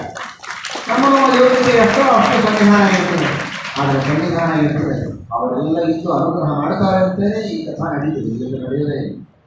ಆ ಎಲ್ಲ ತೀರ್ಥಾಭಿಮಾನಿ ದೇವತೆಗಳು, ಜ್ಞಾನಿಗಳು ಎಲ್ಲರೂ ಸೇರಿದ್ದಾರೆ. ಅವರು ಆ ಭಾಗವತದ ಮಹಿಮೆಯನ್ನು ಆ ಎಲ್ಲ ಬ್ರಹ್ಮಮಾನಸ ಪುತ್ರರು ವರ್ಣನೆ ಮಾಡ್ತಾರೆ. ಎಲ್ಲ ಶಾಸ್ತ್ರಗಳ ಪುರಾಣಗಳ ಶ್ರವಣ ಮಾಡುವುದು ಒಂದು ಕಡೆಗೆ, ಶ್ರೀಮದ್ ಭಾಗವತದ ಶ್ರವಣ ಮಾಡುವುದು ಒಂದು ಕಡೆಗೆ, ಸಾವಿರಾರು ಅಶ್ವಮೇಧ ಯಾಗಗಳನ್ನು, ನೂರಾರು ವಾಜಪೇಯಿ ಯಾಗಗಳನ್ನು ಮಾಡುವುದು ಒಂದು ಕಡೆಗೆ, ಶ್ರೀಮದ್ ಭಾಗವತದ ಶಾಸ್ತ್ರವನ್ನು ಕೇಳುವುದು ಒಂದು ಕಡೆಗೆಲ್ಲ. ಶ್ರೀಮದ್ ಭಾಗವತದ ಶ್ರವಣದಿಂದ ಬಂದ ಪುಣ್ಯದ 14ನೇ ಒಂದು ಅಂಶ ಬರೋದಿಲ್ಲ. ಎಲ್ಲ ಯಜ್ಞ ಯಾಗಾದಿಗಳನ್ನು ಮಾಡಿದರೂ ಕೂಡ ಅದಕ್ಕಿಂತಲೂ ಮಿಗಿಲಾದ ಪುಣ್ಯ ಶ್ರೀಮದ್ ಭಾಗವತದ ಶ್ರವಣದಿಂದ ಬರ್ತದೆ ಅಂತ ಹೇಳಿದ ಶ್ಲೋಕಾರ್ಥಂ ಶ್ಲೋಕಪಾದಂಬ ಪಠೇ ಭಾಗವತಂಶಯ ನಿತ್ಯಂ ಪುಣ್ಯಮವಾಪ್ನೋತಿ ರಾಜಸೂಯ ಅಶ್ವಮೇಧದೇವೋ ಪಠಸ್ವ ಸ್ವಮುಖೇನೈವ ಯದೀಚ್ಛಸಿ ಪರಂಗತಿ. ಒಂದು ಶ್ಲೋಕ, ಅರ್ಧ ಶ್ಲೋಕ, ಶ್ಲೋಕದ 4ನೇ ಒಂದು ಭಾಗ, ಒಂದು ಪಾದ, ಇಷ್ಟನ್ನು ಪಠನ ಮಾಡಿದರೂ ಸಾಕು, ಪಾರಾಯಣ ಮಾಡಿದರೂ ಸಾಕು, ಅಥವಾ ಗುರುಮುಖದಿಂದ ಅದರ ಅರ್ಥವನ್ನು ಶ್ರವಣ ಮಾಡಿದರೆ ಸಾಕು, ಯಜ್ಞ ಯಾಗಾದಿಗಳನ್ನು ಮಾಡಿದ ಫಲ ಬರ್ತದೆ. ಇದು ಬಹಳ ಸಣ್ಣದು, ಮೋಕ್ಷವೇ ಸಿಗುತ್ತೆ. ಅಂತಹ ಮಹಾಫಲ ಶ್ರೀಮದ್ ಭಾಗವತದ ಶ್ರವಣದಿಂದ ಇದೆ ಎಂಬುದಾಗಿ ಶ್ರೀಮದ್ ಭಾಗವತದ ಮಹಿಮೆಯನ್ನು ಹೇಳುತ್ತಾರೆ. ಶ್ರೀಮದ್ ದುರ್ಲಭೈನ ಕಥಾಲೋಕೆ ಶ್ರೀಮದ್ ಭಾಗವತೋದ್ಭವ ಕೋಟಿ ಜನ್ಮ ಸಮುಚ್ಚಯನ ಪುಣ್ಯ ಎನ್ನುವುದು. ಕೋಟಿ ಕೋಟಿ ಜನ್ಮಗಳಲ್ಲಿ ಮಾಡಿದ ಪುಣ್ಯ ಮರುಗಟ್ಟಿ ನಿಂತಾಗ ಭಾಗವತದ ಶ್ರವಣ ಮಾಡುವ ಭಾಗ್ಯ ಸಿಗುತ್ತೆ, ಸಿಗೋದಿಲ್ಲ. ಅಂತಹ ಶ್ರೇಷ್ಠವಾದ ಪುಣ್ಯ ಇದೆ ಅಂತ ವರ್ಣನೆಯನ್ನು ಮಾಡಿದ್ದಾರೆ. ಶ್ರೀಮದ್ ಭಾಗವತದ ಆ ಮಹಿಮೆಯನ್ನು ಕೇಳುವ ಪ್ರಸಂಗದಲ್ಲಿ ಉದ್ಧವ ಹೇಳ್ತಾನೆ. ಉದ್ಧವೋ ಅಖಿಮಪ್ರವಿ ಸನತ್ ಕುಮಾರ್ ಅಂತಾರೆ, ಭಾಗವತ ಅಂದರೆ ಏನು? ಇದನ್ನು ಉದ್ಧವನ ಕೃಷ್ಣನ ಮಾತಿನಲ್ಲಿ ತಿಳಿಯಿರಿ. ಕೃಷ್ಣನಿಗೆ ಉದ್ಧವ ಕೇಳಿದಂತೆ, ನೀನು ಪರಂಧಾಮಕ್ಕೆ ಹೋದರೆ ಮುಂದೆ ಗತಿ ಏನು? ನಮ್ಮನ್ನು ಉದ್ಧಾರ ಮಾಡುವವರೇ ಯಾರು? ಅಧರ್ಮ ಇಂತಹ ತಾಂಡವ ಮಾಡ್ತಾ ಇರೋ ಪ್ರಸಂಗದಲ್ಲಿ, ಕಲಿಯುಗದಲ್ಲಿ ನೀನಿರಬೇಕಾಗಿತ್ತು. ಕಲಿಯುಗದಲ್ಲಿ ನೀನು ಇಲ್ಲದೆ ಒಳ್ಳೆಯ ಕಾಲದೊಳಗೆ ಇದ್ದು ನೀನು ಹೊರಟುಬಿಟ್ಟು, ಇನ್ನು ನಿಜವಾಗಿ ನಿನ್ನ ಅವಶ್ಯಕತೆ ಇತ್ತು ಅಧರ್ಮದ ನಿಜವಾದ ದಮನ ಮಾಡುವ ಪ್ರಸಂಗ ಈಗಿದೆ. ಈಗ ನೀನಿಲ್ಲ ಇದ್ರೆ ಮುಂದೆ ನಮ್ಮ ಗತಿ ಏನು? ಮುಂದೆ ಬರುವವರ ಗತಿ ಏನು? ಆಗ ಭಗವಂತ ಪಟ್ಟು ಮಾಡಿ ತೋರಿಸಿದ್ದು ಶ್ರೀಮದ್ ಭಾಗವತವನ್ನು. ಶ್ರೀಮದ್ ಭಾಗವತದ ರೂಪದಲ್ಲಿ ನಾನಿದ್ದೇನೆ. ಸಪ್ತಾಹ ಕ್ರಮದಲ್ಲಿ ಶ್ರೀಮದ್ ಭಾಗವತದ ಶ್ರವಣವನ್ನು ಮಾಡಿದರೆ ಅಧರ್ಮದ ನಾಶವಾಗ್ತದೆ, ಪಾಪಗಳ ನಾಶವಾಗ್ತದೆ, ಎಲ್ಲ ವಿಧವಾಗಿರುವಂತಹ ಕಾಮಕ್ರೋಧ ದೋಷಗಳು ದೂರ ಆಗಿ ಆ ಮನುಷ್ಯ ಉತ್ತಮವಾದಂತಹ ಸಾಧನೆಯನ್ನು ಮಾಡಿಕೊಂಡು ಉದ್ಧಾರವನ್ನು ಪಡೆಯಬಹುದು ಎಂಬುದಾಗಿ ಶ್ರೀಮದ್ ಭಾಗವತದ ಬಗ್ಗೆ ಶ್ರೀಕೃಷ್ಣ ಪರಮಾತ್ಮ ಉದ್ಧವನಿಗೆ ಹೇಳಿದಂತಹ ಮಾತುಂಟು. ಅಂತ ಹೇಳಿದಾಗ ಭಕ್ತಿ ಬಹಳ ಎಲ್ಲ ಸನತ್ಕುಮಾರಾದಿಗಳು ನಾರದರನ್ನು ಕುರಿತು ಭಾಗವತದ ಮಹಿಮೆಯನ್ನು ಹೇಳ್ತಾ ಇದ್ದಾರೆ. ಇನ್ನೂ ಅದೊಂದು ಸಪ್ತಾಹದ ನೇರವಾದ ಕಥೆಯನ್ನು ಪ್ರಾರಂಭ ಮಾಡಿಲ್ಲ. ಆ ಭಾಗವತದ ಮಹಿಮೆಯನ್ನು ಹೇಳುವಾಗಲೇ ಭಕ್ತಿಗೆ ವಿಶೇಷವಾಗಿರುವಂತಹ ಪುಷ್ಟಿ ಅವಳಿಗೆ ಸಿಕ್ಕಿದೆ. ನರ್ತನೆಯನ್ನು ಮಾಡ್ತಾ ಇದ್ದಾಳೆ. ಭವದ್ಭಿರಗ್ನೀರ ಕೃತಾಸ್ತಿ ಪುಷ್ಟ ಕಲಿ ಪ್ರಣಷ್ಟಾಮಿ ಕಥಾ ರಸೇನ ಕ್ವಾಹಂತು ತಿಷ್ಠಂ ಯದುನ ಬ್ರುವಂತು ಬ್ರಾಹ್ಮಣಾಃ ಇದಂ ತಾಂ ಗಿರಮೋಚಿರಿ. ನನಗೆ ಉತ್ಸಾಹ ಬಂತು, ಸರ್ವಾಂಗ ಪುಷ್ಟಿ ನನಗೆ ಬಂದಿದೆ. ನನ್ನ ಮಹಿಮೆಯನ್ನ, ಭಾಗವತದ ಮಹಿಮೆಯನ್ನು ಹೇಳಿದ್ದಕ್ಕೇನೆ ನನಗೆ ಇಷ್ಟು ಪುಷ್ಟಿ ಬಂದಿದೆ. ಇನ್ನು ಎಲ್ಲಿಯಾದರೂ ಹೋಗಿ ಇರೋದಕ್ಕೆ ನಾನು ಸಿದ್ಧ. ನನಗೆ ಸ್ಥಾನವನ್ನು ತೋರಿಸಿ ಅಂದರೆ ಭಗವದ್ಭಕ್ತರ ಮನಸ್ಸಿನಲ್ಲಿ, ಪರಮಾತ್ಮನಲ್ಲಿ ವಿಶೇಷವಾದ ಮನಸ್ಸನ್ನು ಇಟ್ಟಂತಹ ಸಜ್ಜನರ ಮನಸ್ಸಿನಲ್ಲಿಯೇ ನೀನು ವಾಸ ಮಾಡಿ ವಿಶೇಷವಾಗಿ ಉದ್ಧಾರವನ್ನು ಮಾಡುವ ದೊಡ್ಡ ಕಾರ್ಯವನ್ನು ನೀನು ಮಾಡಬೇಕು ಅಂತ ಹೇಳಿದಾಗ ಆ ರೀತಿಯಾಗಿ ಎಲ್ಲರಲ್ಲಿ ಭಕ್ತಿ ಬಂದು ಮನಸ್ಸಿನಲ್ಲಿ ನೆಲೆಸಿದಳಂತೆ. ಭಕ್ತಿ ನೆಲೆಸಿದ ಹಿನ್ನೆಲೆಯಲ್ಲಿ ಸಾಕ್ಷಾತ್ ಭಗವಂತ, ಭಗವದ್ಭಕ್ತರಾದ ದೇವತೆಗಳು ಅವರೆಲ್ಲರೂ ಬಂದು ಅಲ್ಲಿ ನೆಲೆಸಿದ್ದಾರೆ ಭಕ್ತರ ಮನಸ್ಸಿನಲ್ಲಿ ಎಂಬುದಾಗಿ ಹೇಳ್ತಾರೆ. ಯಾರು ಕಥಾಶ್ರವಣವನ್ನು ಮಾಡ್ತಾರೋ ಅವರಲ್ಲಿ, ಅವರ ಸುತ್ತಮುತ್ತ ದೇವತೆಗಳ ಭಗವಂತನ ಪರಿಪೂರ್ಣವಾದಂತಹ ಸಂವಿಧಾನ ಇರುತ್ತದೆ ಎಂದು ತಿಳಿಸ್ತಾರೆ. ಈ ಪ್ರಸಂಗದಲ್ಲಿ ಆ ಭಕ್ತಿಯ ಉದ್ಧಾರವನ್ನು, ಜ್ಞಾನ ವೈರಾಗ್ಯಗಳ ಉದ್ಧಾರವನ್ನು ಮಾಡಿದಂತಹ ಸನತ್ಕುಮಾರಾದಿಗಳು ಒಂದು ಇತಿಹಾಸವನ್ನು ಹೇಳುತ್ತಾರೆ. ತುಂಗಭದ್ರಾ ತೀರದಲ್ಲಿ ಆತ್ಮದೇವ ಅನ್ನುವಂತಹ ಒಬ್ಬ ಬ್ರಾಹ್ಮಣ. ಸಪ್ತಾಹ ನಡೀತಾ ಇರುವುದು ಉತ್ತರ ಭಾರತದ ತುದಿಯಲ್ಲಿ, ಗಂಗಾಚಲಾರದಲ್ಲಿ. ದಕ್ಷಿಣ ಭಾರತದ ನದಿಯಾದಂತಹ ತುಂಗಭದ್ರಾ ತಟದಲ್ಲಿ ನಡೆದ ಒಂದು ಇತಿಹಾಸವನ್ನು ಅಲ್ಲಿ ಸ್ಮರಣೆ ಮಾಡಿಕೊಂಡು ಹೇಳ್ತಾ ಇದ್ದಾರೆ. ನೀವೆಲ್ಲ ದಕ್ಷಿಣ ಭಾರತದವರು ವಿಶೇಷವಾಗಿ ಹೆಮ್ಮೆಯಿಂದ ಇದನ್ನು ಕೇಳಬೇಕು. ತುಂಗಭದ್ರಾ ತೀರದ ಬ್ರಾಹ್ಮಣ ಆತ್ಮದೇವ, ಸರ್ವಸ್ವಾಮಿಯಾದಂತಹ ಭಗವಂತನೇ ತನ್ನ ಹೆದ್ದೈವ ಅಂತ ಭಾವಿಸಿ ಉಪಾಸನೆ ಮಾಡತಕ್ಕಂತಹ ಪರಮ ಭಗವದ್ಭಕ್ತ. ಬೇಕಾದಷ್ಟು ಧರ್ಮಾನುಷ್ಠಾನ ತತ್ಪರನಾಗಿದ್ದಾನೆ, ಜ್ಞಾನನಿಷ್ಠನಾಗಿದ್ದಾನೆ, ವಿಷ್ಣುಭಕ್ತನಾಗಿದ್ದಾನೆ. ಜನ್ಮಾಂತರದ ಕರ್ಮ ಇನ್ನೂ ಮಕ್ಕಳಾಗಿಲ್ಲ. ಕಂಡವರಿಗೆಲ್ಲ ಕೇಳ್ತಾನೆ, ಉಪಾಯ ಸಿಕ್ಕಿಲ್ಲ. ಕೊನೆಗೊಬ್ಬ ಸನ್ಯಾಸಿಗಳು ಸಿಕ್ಕಿದ್ದಾರೆ. ಯತಿಗಳಿಗೆ ಹೋಗಿ ಸಾಷ್ಟಾಂಗ ನಮಸ್ಕಾರ ಮಾಡಿ ಪ್ರಾರ್ಥನೆಯನ್ನು ಮಾಡಿದ. ಶ್ರೇಷ್ಠ ಸತ್ಪುತ್ರನಾಗುವಂತೆ ಅನುಗ್ರಹವನ್ನು ಮಾಡಿ. ಆಗ ಅವರು ತಮ್ಮ ಜ್ಞಾನ ದೃಷ್ಟಿಯಿಂದ ನೋಡಿ ಹೇಳಿದರು, ನಿನಗೆ ಪುತ್ರನಾಗುವ ಯೋಗ ಇಲ್ಲ, ಆ ಆಶೆಯನ್ನು ಮಾಡುವುದು ಬೇಡ. ಹಿಂದೆ ಹೀಗೇನೆ ಚಿತ್ರಕೇತು ಅನ್ನುವ ತನಗೆ ಯೋಗವಿಲ್ಲದಿದ್ದರೂ ಅಪೇಕ್ಷೆ ಪಟ್ಟ, ಮಗು ಹುಟ್ಟಿದೆ, ಮತ್ತೆ ಮೃತವಾಗಿ ಹೋಯಿತು, ದುಃಖ ಪಡಬೇಕಾದ ಪ್ರಸಂಗ ಬಂತು. ಹಾಗೆಲ್ಲ ಘಟನೆಗಳು ನಡೆದಿವೆ. ಏನೋ ಒತ್ತಾಯದಿಂದ ಮಕ್ಕಳಾಗಬೇಕು ಅಂತ ಆಗ್ರಹಪಟ್ಟು ಅದನ್ನೆಲ್ಲ ಸಾಧನೆ ಮಾಡಬೇಕು. ಶಾಸ್ತ್ರದಲ್ಲಿ ಹೇಳಿದ್ದಾರೆ, ಮಕ್ಕಳಿಲ್ಲದೆ ಇದ್ದರೂ ತನಗೆ ವಿಹಿತವಾದ ವರ್ಣಾಶ್ರಮೋಚಿತ ಕರ್ಮಗಳನ್ನು ಚೆನ್ನಾಗಿ ಮಾಡಿದರೆ ಸದ್ಗತಿಯಾಗುತ್ತೆ ಅಂತ ಚಿಂತೆ ಮಾಡಬೇಡ ಅಂತ ಹೇಳಿದ್ದಾರೆ. ಇವನು ಕೇಳಿಲ್ಲ, ಬಹಳ ಆಗ್ರಹ ಮಾಡಿದರೆ ಹೇಗಾದರೂ ಮಾಡಿ ಅನುಗ್ರಹ ಮಾಡಲೇಬೇಕು. ಯಾರಿಗೆ ಅವರವರ ಪೂರ್ವಜನ್ಮದ ಕರ್ಮ, ಯೋಗ್ಯತೆ, ಪುಣ್ಯದಿಂದ ಮಕ್ಕಳ ಆಗುವವರಿದ್ದಾರೆ ಅಂಥವರಿಗೆ ನೀವೇನು ಅನುಗ್ರಹ ಮಾಡೋದಿದೆ?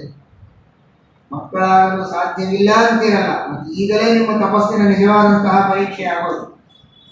ಹೀಗಿದ್ರೂ ನನಗೆ ಮಗನೇ ಆಗೋ ಹಾಗೆ ನೀವು ಅನುಗ್ರಹ ಮಾಡಿದರೆ ಆಗ ನಿಮ್ಮ ಸಾಮರ್ಥ್ಯ ಇದೆ ಅಂತ. ಆಗ ಅವರು, ನನಗೇನು ಸಾಮರ್ಥ್ಯ ತೋರಿಸಿಕೊಳ್ಳೋದಕ್ಕೆ ನಾನು ಈಗ ದೊಡ್ಡವನಲ್ಲ, ಆದರೆ ನಿಮಗೆ ಇಷ್ಟಿದೆ ನೋಡಿದರು.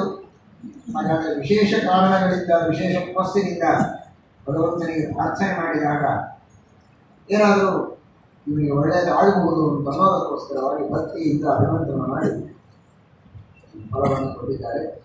ಫಲವನ್ನು ನಿಮ್ಮ ಮನದಿಗೆ ಕೊಟ್ಟರೆ ಯೋಗ್ಯ ಸತ್ಪುತ್ರ ಆಗ್ತಾನೆ ಎಂದು ಚಿಂತೆ ಮಾಡಬೇಡ, ಹೋಗು ಅಂತ ಹೇಳಿ ಸಂತೋಷದಿಂದ ಅದನ್ನು ತೆಗೆದುಕೊಂಡು ಬಂದ ಹೆಂಡತಿಗೆ ಕೊಟ್ಟಿದ್ದಾನೆ. ಆ ಹೆಂಡತಿ ಮಹಾಚಂಡಿಯವರು ಹೇಳಿದ ಮಾತನ್ನು ಕೇಳ್ತಾ ಇರಲಿಲ್ಲ. ಈ ಹಣ್ಣು ತೆಗೆದುಕೊಂಡು ನೀನು ತಿನ್ನು ಅಂತ ಹೇಳಿದ. ಆ ಸಂತೋಷದೊಳಗೆ ನಿತ್ಯವೂ ಹೆಂಡತಿ ಜೊತೆಗೆ ಹೇಗೆ ವ್ಯವಹಾರ ಮಾಡ್ತಾ ಇದ್ದ ಅದನ್ನು ಮರೆತುಬಿಟ್ಟ. ಅವಳದೊಂದು ಕ್ರಮ ಬೇರೆ ಇತ್ತು. ಏನು ಮಾಡಬೇಕು ಅಂತ ಇವರಿಗೆ ಅಪೇಕ್ಷೆ ಇತ್ತು ಅದನ್ನು ಬೇಡ ಅಂತ ಹೇಳ್ತಿದ್ದ. ಅಡಿಗೆ ಮಾಡಲಿಕ್ಕೆ ಸಾಧ್ಯ ಇಲ್ಲ ನೀನು, ನಾನು ಮಾಡೇ ತಿಂತೀನಿ ಅಂತ. ಬಡಿಸಿದ್ರು ನೋಡು, ಹಾಗಾದ್ರೆ ಬಡಿಸೇ ಬಿಡ್ತೀನಿ. ಅದು ಇವನಿಗೆ ಉತ್ಸಾಹದೊಳಗೆ ಮತ್ತು ಸರ್ವಥಾ ಈ ಹಣ್ಣು ತಿನ್ಲಿಕ್ಕಿಲ್ಲ, 5 ತಿಪ್ಪಿ ಒಳಗೆ ಹಾಕು ಅಂತಂದ್ರೆ ಬಾಯಿಗೆ ಹಾಕ್ತಿದ್ದ ಅವನು. ತಿನ್ನು ಒಂದಿದ್ದಕ್ಕೆ ಹಾಗಾದ್ರೆ ತಿನ್ನಬಾರದು ಅಂತ ಒಳಗೆ. ಯಾಕೆ ಅದೇನು ಭಾಗವತದಲ್ಲಿ ಬಂದಿಲ್ಲ. ಅವಳು ಆಲೋಚನೆ ಮಾಡಿದ್ದು, ಇದನ್ನು ತಿಂದರೆ ಗರ್ಭಿಣಿ ಆಗಬೇಕು, ಕಷ್ಟಪಡಬೇಕು, ಆ ಪ್ರಸವ ವೇದನೆ ಇದೆಲ್ಲ ಯಾರಿಗೆ ಬೇಕಾಗಿದೆ? ಸುಖವಾಗಿದ್ದೀರಲ್ಲ, ನನಗೇನು ಬೇಕಾಗಿದೆ? ಆ ಕಷ್ಟಪಡೋದು ಬೇಡ. ಹಾಗೆ ಇಟ್ಟಿದ್ದಾಳೆ. ಅಷ್ಟರಲ್ಲಿ ಅವಳ ತಂಗಿ ಬರ್ತಾಳೆ. ಅವಳಿಗೆ ನನ್ನ ಸಮಸ್ಯೆಯನ್ನು ಹೇಳಿದ್ದು ಅವರು ಹೇಳಿದ್ರು, ಕೆಲಸ ಮಾಡಿ, ನಾನು ಹೇಗಾದರೂ ಗರ್ಭಿಣಿ ಇದ್ದೇನೆ, ನನ್ನ ಗಂಡನಿಗೆ ಹಣ ಕೊಟ್ಟುಬಿಟ್ರೆ ನನ್ನ ಮಗುವನ್ನು ನಿನಗೆ ಮಾರಿಬಿಡ್ತೇನೆ, ನೀನು ಅದನ್ನಿಟ್ಟು. ನನ್ನ ಮನೆಯಲ್ಲಿ ಕೇಳಿದರೆ ಆ ಮಗು ಸತ್ತೋಯ್ತು ಅಂತ ನಾವು ಸುಳ್ಳು ಹೇಳ್ತೀವಿ. ಮಗು ಗರ್ಭಿಣಿ ಆದಾಗ ವೇಷ ಹಾಕಿ ನಾಟಕ ಮಾಡು, ಸ್ವಲ್ಪ ದಿವಸ ಆದಮೇಲೆ ಪುತ್ರೋತ್ಸವ ಆಯಿತು ಅಂತ ಹೇಳು, ನನ್ನ ಮಗನನ್ನು ಕೊಡ್ತೇನೆ, ತೋರಿಸ್ಬಿಡು ಎಲ್ಲರಿಗೆ, ಸಾಕು. ಸರಿ ಅಂತ ಒಪ್ಪಿಕೊಂಡಿದ್ದಾಳೆ. ಹಣ ತೆಗೆದುಕೊಂಡು ತನಗಾದ ಮಗುವನ್ನು ಕೊಟ್ಟಿದ್ದಾಳೆ. ಆದರೆ ಈ ಹಣ್ಣು ಏನು ಹಣ್ಣೇನು ಮಾಡಿತು ನೋಡಿ, ದೈವ ಸಂಕಲ್ಪ. ಉದಯ ಕರ್ಮವಾಸನ, ಕರ್ಮ ಏನೇನು ಕೆಲಸ ಮಾಡೋದು. ಹಣ್ಣು ತಿಪ್ಪಿ ಒಳಗೆ ಒಗಿಬಹುದಾಗಿತ್ತು, ಅಲ್ಲೇ ಕಾಲನ್ನು ತುಳಿದು ಚಚ್ಚಿ ಏನು ದುಷ್ಟರೇ ದುಷ್ಟರು ಹೇಳಿ ಕೇಳಿ ಏನು ಬೇಕಾದ್ರೂ ಮಾಡ್ಬೋದಾಗಿತ್ತು. ಆದರೆ ಆ ಹಣ್ಣನ್ನು ಅಂಥ ಶಕ್ತಿನೊಳಗೂ ಅಂಥ ದುಷ್ಟರ ಬಾಯಿಯೊಳಗೂ ಏನು ಬಂತು ಅಂದ್ರೆ ಅದನ್ನು ಆಕಳಿಗೆ ಹಾಕೋದು, ಅದಕ್ಕೆ ಯಾಕೆ ವಿಚಾರ ಮಾಡ್ತೀನಿ. ಅದೇ ದೊಡ್ಡ ಪುಣ್ಯ ಕರ್ಮ. ಆಕಳು ತಿಂತು ಅಲ್ಲಿ ಶ್ರೇಷ್ಠವಾದಂತಹ ಪುತ್ರನ ಜನ್ಮವಾಗಿದೆ. ಇಲ್ಲಿ ಇವನು ಮಹಾದುಷ್ಟ, ದುಷ್ಟಳಿಂದ ಹುಟ್ಟಿದವ ಮಹಾದುಷ್ಟ. ಇವಳ ಹೆಸರು ಧುಂದುಲಿ, ತನ್ನ ಮಗನಿಗೆ ಧುಂದುಕಾರಿ ಅಂತ ಹೆಸರಿಟ್ಟಿದ್ದಾರೆ. ನಿಜವಾಗಿ ಕನ್ನಡದೊಳಗೆ ನಾಂದಲೆ ಹಾಕೋದು ಅಂತ ಒಂದು ಶಬ್ದ ಬಂದಿದೆ. ಆ ನಾಂದಲೆ ಅನ್ನುವ ಶಬ್ದದ ಮೂಲ ಈ ಧುಂದುಲಿ. ಈ ಧುಂದುಲಿಯ ಮಗ ಈ ಧುಂದುಕಾರಿ ಏನು ನಾಂದಲೆ ಹಾಕ್ಲಿಕ್ಕೆ ಶುರು ಮಾಡಿದ, ಏನೋ ಒಂದು ಮಾಡ್ಲಿಕ್ಕೆ ಶುರು ಮಾಡಿದ ಅವನು ಉಪಟಳ. ಧುಂದುಲಿಯ ಮಗ ಮಾಡಿದ ಉಪಟಳ ಆದ್ದರಿಂದ ಇದೆಲ್ಲ ಧುಂದುಲಿ ನಡೆದ ಶುರು ಮಾಡಿದ್ರೆ ಅದು ದಂಧೆ. ಶಬ್ದದ ಇತಿಹಾಸ ಆ ರೀತಿ ಧುಂದುಕಾರಿ ಮಹಾದುಷ್ಟ. ಇವನ ಇಡೀ ಊರಿಗೆ ಆಶ್ಚರ್ಯ. ಆಕಳಿನಿಂದ ಒಬ್ಬ ಪುರುಷನ ಜನ್ಮ, ಕಿವಿಮಾಂತ ಆಕಳಿನಂತೆ, ಗೋವಿನಂತೆ ಕರ್ಣ, ಇನ್ನುಳಿದದ್ದೆಲ್ಲ ಮನುಷ್ಯನ ಆಕಾರ. ಏನೇನು ಒಂದು ಕಚೇರಿ ನಾವು ತಿಳಿತಾ ಇದ್ದೇವೆ ನೋಡಿ. ಒಬ್ಬ ಸನ್ಯಾಸಿಯ ತಪಸ್ಸಿನ ಮಹಿಮೆ. ಶ್ರೇಷ್ಠ ಸತ್ಪುತ್ರನಾಗ್ತಾನೆ ಈ ಹಣ್ಣು ತಿಂದವರಿಗೆ ಅಂತ ಕೊಟ್ಟ. ಇನ್ನೇನು ತಿಂತಾರೋ ಬೇರೆಯವರು ತಿಂತಾರೋ ಅದನ್ನೇನು ಹಣೆ ಬೇಡ, ಆದರೆ ಯಾರು ಇದನ್ನು ತಿಂತಾರೋ ಅವರಿಗೆ ಶ್ರೇಷ್ಠ ಸತ್ಪುತ್ರ ಆಗ್ತದೆ ಅಂತ. ಆ ತಪಸ್ಸು ಎಷ್ಟರ ಮಟ್ಟಿಗೆ ಕೆಲಸ ಮಾಡಿತು ಅಂದರೆ, ಒಂದು ಪಶು ತಿಂದರೂ ಕೂಡ ಅಲ್ಲಿ ಗರು ಹುಟ್ಟದೆ. ಒಬ್ಬ ಶ್ರೇಷ್ಠ ಸತ್ಪುತ್ರ, ಶಾಸ್ತ್ರಾಧ್ಯಯನ ಸಂಪನ್ನನಾಗುವಂತಹ ಒಬ್ಬ ಉತ್ತಮ ಪುತ್ರ ಹುಟ್ಟಬೇಕು ಅಂದರೆ ಅವರ ಪುಣ್ಯ, ಅವರ ತಪಸ್ಸು ಅದ್ಭುತವಾದ. ಆ ತಪಸ್ಸು ಏನೆಲ್ಲ ಕೆಲಸ ಮಾಡಿತು. ಆಕಳು ತಿನ್ನುವಂತೆ ಮಾಡಿತು. ಆಕಳಿನ ಹೊಟ್ಟೆಯಲ್ಲಿ ಹೋದರೂ ಪುರುಷ ಜನ್ಮವಾಗುವವರೆಗೆ ಅದು ಬಿಟ್ಟಿಲ್ಲ ತಪಸ್ಸು. ಅಂತಹ ಸತ್ಪುತ್ರನ ಜನ್ಮವಾಗಿದೆ. ಅವನಿಗೆ ಒಳ್ಳೆಯ ಸಂಸ್ಕಾರವನ್ನು ಮಾಡಿದ್ದಾರೆ. ಅವನು ಶಾಸ್ತ್ರಾಧ್ಯಯನವನ್ನು ಮಾಡುತ್ತಾ ಸದಾಚಾರ ಸಂಪನ್ನನಾಗಿ ಚೆನ್ನಾಗಿ ಬೆಳೀತಾ ಇದ್ದಾರೆ. ಯಾಕೆಂದರೆ ತಪಸ್ಸಿನಿಂದ ಹುಟ್ಟಿದ, ತಪಸ್ಸಿನಿಂದ ಪಡೆದ ಮಗ, ಖರೀದಿ ಮಾಡಿದ ಮಗ, ಎಷ್ಟು ವ್ಯತ್ಯಾಸ ಇದೆ. ಒಬ್ಬ ದುಷ್ಟರಿಂದ ಉಗ್ರ ಪ್ರತಿಗ್ರಹ ಅಂತಾರೆ. ದುಷ್ಟರಿಂದ, ಶಿಷ್ಟರಿಂದ ಪಡೆದ ಪರವಾಗಿಲ್ಲ, ದುಷ್ಟರಿಂದ ಹಣ ಕೊಟ್ಟು ಪಡೆದ ಮಗನ ದೌರ್ಜನ್ಯ ಎಂಥದ್ದು ಅಂದರೆ, ಕಂಡವರ ಮಕ್ಕಳನ್ನೆಲ್ಲ ಹಾದಿಯಲ್ಲಿ ಹಾಕೋದು, ಹೊಡೆಯೋದು, ಕಳ್ಳತನ ಮಾಡೋದು, ಇದೇ ದುಷ್ಟ ಕಾರ್ಯಗಳನ್ನು ಮಾಡ್ತಾ ಇದ್ದಾನೆ. ಅವನ ಉಪದ್ರವವನ್ನು ತಾಳಲಾರದೆ ತಂದೆ ಬಹಳ ಉದ್ವಿಗ್ನನಾದಾಗ ಗೋಕರ್ಣ ನೇರವಾಗಿ ಇವನಿಂದ ಹುಟ್ಟಿದ ಮಗ ಅಲ್ಲ, ಆದರೆ ಇವನ ಮನೆಯಲ್ಲಿರುವ ಆಕಳಿನಿಂದ ಹುಟ್ಟಿದ ಮಗ. ಇವನ ಹಣೆ ಬರಹ ಹೇಗಿತ್ತು ಅಂದರೆ, ಇವನಿಗೆ ಮಕ್ಕಳಾಗಿರಲಿಲ್ಲ ಅಷ್ಟೇ ಇಲ್ಲ, ಇವನ ಮನೆಯಲ್ಲಿರುವ ಆಕಳಿಗೂ ಕರುವಾಗಿರಲಿಲ್ಲ, ಗಿಡಗಳಿಗೂ ಹಣ್ಣು ಬಿಟ್ಟಿರಲಿಲ್ಲ. ಅಂತಹ ವಿಚಿತ್ರ. ಇವನು ಮಾತ್ರ ವಂದ್ಯನಾಗಿರಲಿಲ್ಲ, ಇವನು ವಂದ್ಯ. ಗಿಡಗಳು, ಪಶು ಯಾವುದಕ್ಕೂ ಸಂತಾನ ಇರಲಿಲ್ಲ, ಫಲ ಇರಲಿಲ್ಲ. ಆದರೆ ಆ ಸನ್ಯಾಸಿಗಳ ತಪಸ್ಸಿನ ಪ್ರಭಾವದಿಂದ ಆಕಳಿಗೆ ಮಕ್ಕಳಾಗಿದೆ. ಆದರೂ ಇವನ ಮನೆಯಲ್ಲಿ ಅವನು ಹುಟ್ಟಿದ್ದಕ್ಕೇನೆ, ಇವನ ಪ್ರಾರ್ಥನೆಯ ಮೇರೆಗೆ ಹಣ್ಣು ಪಡೆದು ಹುಟ್ಟಿದ್ದಕ್ಕೇನೆ ಇವನನ್ನ ತಂದೆ ಎನ್ನುವ ಗೌರವದಿಂದ ಅವನು ನೋಡ್ತಾ ಇದ್ದಾನೆ. ಅವನು ಹೇಳಿದ, ಈ ದುಷ್ಟರ ಜೊತೆಗೆ ನೀನಿರಬೇಡ, ನಿನ್ನ ಸಾಧನೆ ಆಗೋದಿಲ್ಲ. ಆತ್ಮದೇವ ನೀನು, ಆತ್ಮನಲ್ಲಿ ಸಂತೋಷವನ್ನು ಕಾಣು. ಇವು ಬೋಧೆ, ಆತ್ಮನಲ್ಲಿ ಸಂತೋಷವನ್ನು ಕಾಣು. ವನಕ್ಕೆ ಹೋಗಿ ತಪಸ್ಸು ಮಾಡುವಂತ ಅವನನ್ನು ಗೋಕರ್ಣನೇ ಕೊಟ್ಟು ಕಳಿಸಿಬಿಟ್ಟ. ಅವನ ಸಾಧನೆಯನ್ನು ಮಾಡಿ ತನ್ನ ಗತಿಯನ್ನು ತಮ್ಮ ಹೊಂದಿದ್ದಾನೆ. ತಾಯಿ ಒಬ್ಬಳು ಮನೆಯಲ್ಲಿದ್ದಾಳೆ. ಇವನಿಗೆ ನಾನಾ ವಿಧವಾದ ದುರಭ್ಯಾಸಗಳು. ಹಣ ಕೇಳ್ತಾನೆ, ಕೊಡದೇ ಇದ್ದರೆ ತಾಯಿಗೆ ಪೀಡಿಸ್ತಾನೆ. ಒಂದು ದಿನ ತಾಯಿಯನ್ನು ಹೊಡೆದು ಇವನ ಕಾಟ ಕಾರಲಾರದೆ ಅವಳು ಕೂಡ ಬಾವಿಯಲ್ಲಿ ಬಿದ್ದು ಹೋಗಿದ್ದಾಳೆ, ಮೃತಳಾಗಿದ್ದಾಳೆ. ಅದಾದ ಮೇಲೆ ತಾನು ಇವಳನ್ನು ದುಷ್ಟ ಸ್ತ್ರೀಯರನ್ನು ಬೆನ್ನು ಹತ್ತಿ ಹೋಗ್ತಾ ಇದ್ದಾನೆ. ಅವರೆಲ್ಲ ವಿಚಾರ ಮಾಡಿದರು, ಇವನು ಎಲ್ಲೆಲ್ಲೋ ಕಳತನ ಮಾಡಿ ಹಣ ತಂದಿರ್ತಾನೆ, ನಾಳೆ ರಾಜಭಟರು ಬಂದು ಹೊಡೆದು ಹಣ ಇಸ್ಕೊಂಡು ಹೋಗ್ಬಿಟ್ಟು ನಮ್ಮ ಹಣನೇ ಸಿಗೋದಿಲ್ಲ. ಪ್ರಾಮಾಣಿಕವಾಗಿ ಗಳಿಸಿದ ಹಣಕ್ಕೆ ಬೆಲೆಯಿಲ್ಲ, ಅಪ್ರಾಮಾಣಿಕವಾಗಿ ಗಳಿಸಿದಂತಹ ಹಣ. ಹಾಗಾದರೆ ಏನು ಮಾಡೋಣ? ಇವರನ್ನೇ ಕೊಂದು ಬಿಡೋಣ, ಹಣ ತೆಗೆದುಕೊಂಡು ನಾವು ಹೋಗ್ಬಿಡೋಣ. ಏನು ಮಾಡೋದು ಸಾಯಿಲ್ಲ. ಮನೆಗೆ ಬಾಯಿಯಲ್ಲಿ ಕೆಂಡವನ್ನು ಹಾಕಿ ಚಿತ್ರಹಿಂಸೆಯನ್ನು ಮಾಡಿ ಎಲ್ಲ ವೇಶ್ಯಾಸ್ತ್ರೀಯರು ಸೇರಿ ಅವನನ್ನು ಸಂಹಾರ ಮಾಡಿ ದುರ್ಮರಣದಿಂದ ಪಿಶಾಚಿಯಾದ. ಗೋಕರ್ಣನಿಗೆ ಈ ವಿಷಯ ತಿಳಿದಿದೆ, ಹೀಗಾಯಿತು ಅಂತ. ಅವನಿಗೇನು ಸಂಬಂಧ ಹೇಳಿ? ಅದೃಷ್ಟ ಹಾಳಾಗೋದು ಎಂದು ಬರಬಹುದಾಗಿತ್ತು. ಅವನ ಸ್ವರೂಪ ಇರುತ್ತಿದೆ, ಇವನಿಗೆ ಗೊತ್ತಿತ್ತು, ಅಥವಾ ಕರ್ತವ್ಯ ಪ್ರಜ್ಞೆ ಎಂಬುದಾಗಿ ತಿಳಿದು ಮುಂದುವರೆದು ಗೊತ್ತಿಲ್ಲ. ಹಾಗಾಗಿ ಅವನು ಹೇಗಾದರೂ ಮಾಡಿ ಉದ್ಧಾರ ಮಾಡಬೇಕು. ಏನಿದ್ರೂ ಒಂದು ಅರ್ಥದಲ್ಲಿ ನನ್ನ ಅಣ್ಣನೇ ಅವನು. ಹಾಗಾದರೆ ಅವನನ್ನು ಉದ್ಧಾರ ಮಾಡಬೇಕು ಅಂತ ಅನ್ನೋದಕ್ಕೆ ಅಲ್ಲಲ್ಲಿ ಶ್ರಾದ್ದ, ನಾನು ಎಲ್ಲಿ ತೀರ್ಥಯಾತ್ರೆಗೆ ಹೋಗಿದ್ದು ಅಲ್ಲೇ ಶ್ರಾದ್ದ ಮಾಡಿದ್ದಾನೆ, ಗಯಾಶ್ರಾದ್ದ ಮಾಡಿದ್ದಾನೆ. ಗಯಾದಲ್ಲಿ ವಿಷ್ಣುಪಾದದ ಮೇಲೆ ಪಿಂಡವನ್ನು ಪ್ರದಾನ ಮಾಡಿದರೆ ಇತರಗಳ ಉದ್ಧಾರವಾಗ್ತದೆ, ಏಕತ್ವದಿಂದ ಮುಕ್ತಿಯಾಗ್ತದೆ ಅಂತ ಹೇಳ್ತಾರೆ. ಅನ್ನೋದಕ್ಕಾಗಿ ಅಲ್ಲೆಲ್ಲ ಶ್ರಾದ್ದ ಮಾಡಿದ್ದಾರೆ. ಅದರೊಳಗೆ ಬಹಳ ಇದೆ. 56ಕ್ಕೂ ಹೆಚ್ಚು ಕಡೆಗೆ ಶ್ರಾದ್ದ ಮಾಡೋದಿದೆ ಗಯಾದಲ್ಲಿ. ಒಂದು ಕಡೆಗೆ ಶ್ರಾದ್ದ ಮಾಡಿ ವಿಷ್ಣುಪಾದದ ಮೇಲೆ ಮಾಡಿ ಬರ್ತಾರೆ. ಬಹಳ ಅಂದರೆ 3 ಕಡೆ ಮಾಡ್ತಾರೆ. ವಿಷ್ಣುಪಾದದ ಮೇಲೆ, ಅಕ್ಷಯ ಮಠದ ಹತ್ರ, ಫಲ್ಗು ನದಿ ಶ್ರಾದ್ದ ಅಂತ 3 ಮಾಡಿಸ್ತಾರೆ. ಪ್ರಧಾನವಾದದ್ದು ಅವರಲ್ಲಿಯೂ ಪ್ರಧಾನ ವಿಷ್ಣುಪಾದಗಳು, ಅವರೊಳಗೆ ನಿರ್ವಿವಾದ. ಆದರೆ ಅಲ್ಲಿ ಬೇಕಾದಷ್ಟು ವೇದಿಗಳು ಅಂತಾರೆ. ಆ ಎಲ್ಲ ವೇದಿಗಳಲ್ಲಿ ಶ್ರಾದ್ದ ಮಾಡುವಂತಹ ಪದ್ಧತಿ ಇದೆ. ಅಂತಹ ನಾನಾ ತರಹದ ಶ್ರಾದ್ದಗಳನ್ನು ಮಾಡಿ, ಪ್ರೇತಶಿಲಾ ಅಂತೇ ಬಂದಿದೆ, ಪ್ರೇತತ್ವ ಮೋಚನೆ ಮಾಡೋದು ಎಲ್ಲ ಮಾಡಿ ಮುಗಿಸಿದೆ, ಏನೂ ಉಳಿದಿಲ್ಲ. ಆದರೂ ಇನ್ನೂ ಅವನ ಪ್ರೇತತ್ವ ನಿರ್ಮುಕ್ತಿ ಆಗಿಲ್ಲ. ಯಾಕೆ ಅಂತ ನಿಮಗೆ ಚಿಂತೆ ಆಯಿತು. ಕೇಳ್ತಾನೆ ಮನೆಗೆ ಬಂದ ಮೇಲೆ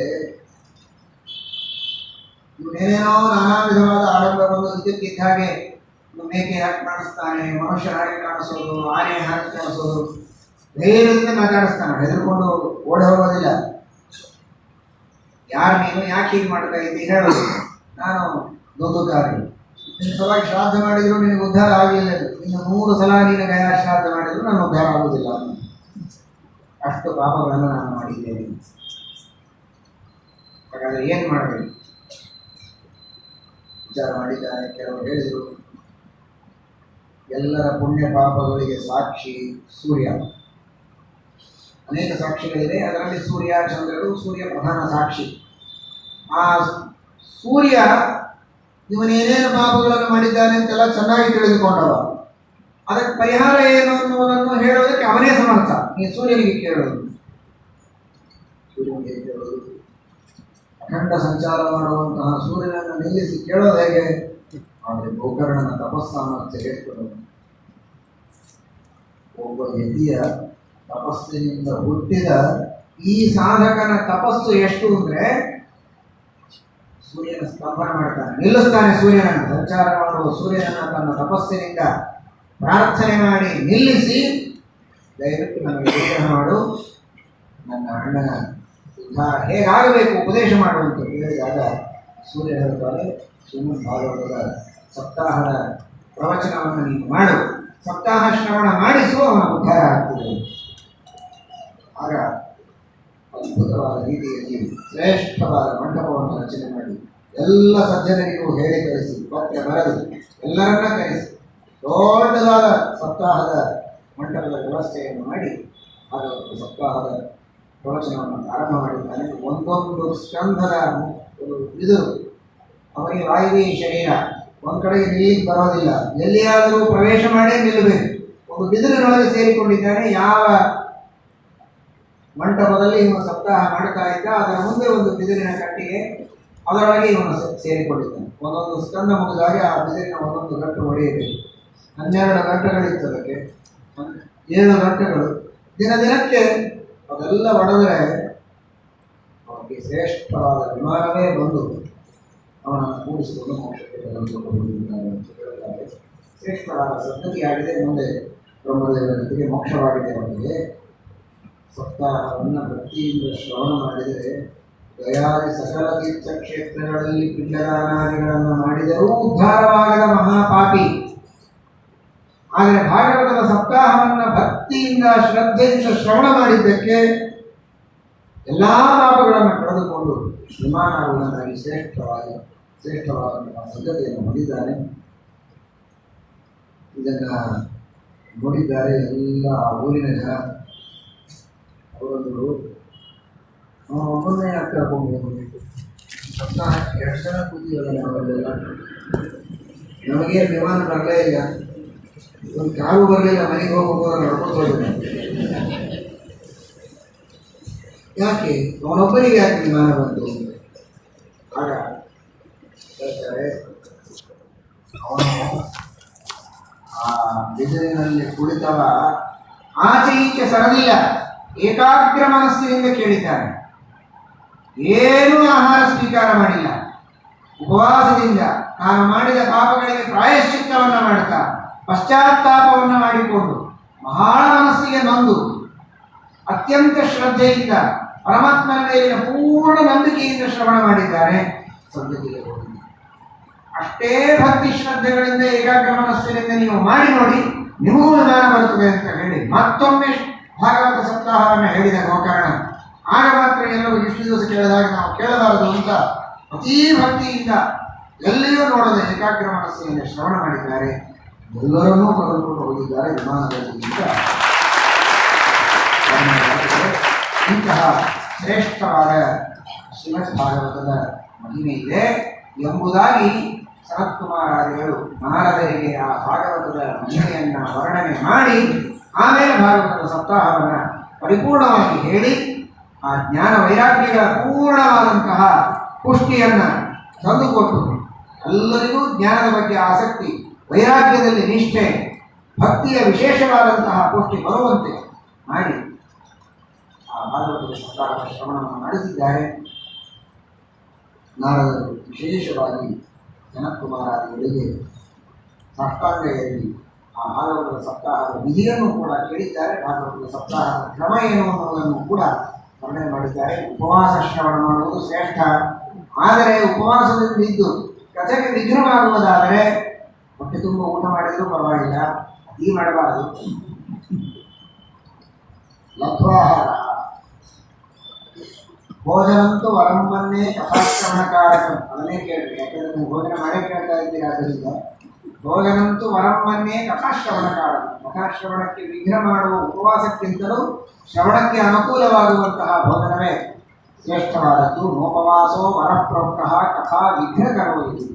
ಕಥೆಗೆ ವಿಘ್ನ ಆಗ್ತಿತ್ತು ಅಂತ ಇವಾಗ ಅನಿಸಿದರೆ ಭೋಜನ ಮಾಡಿದರೆ ತಪ್ಪಿಲ್ಲ.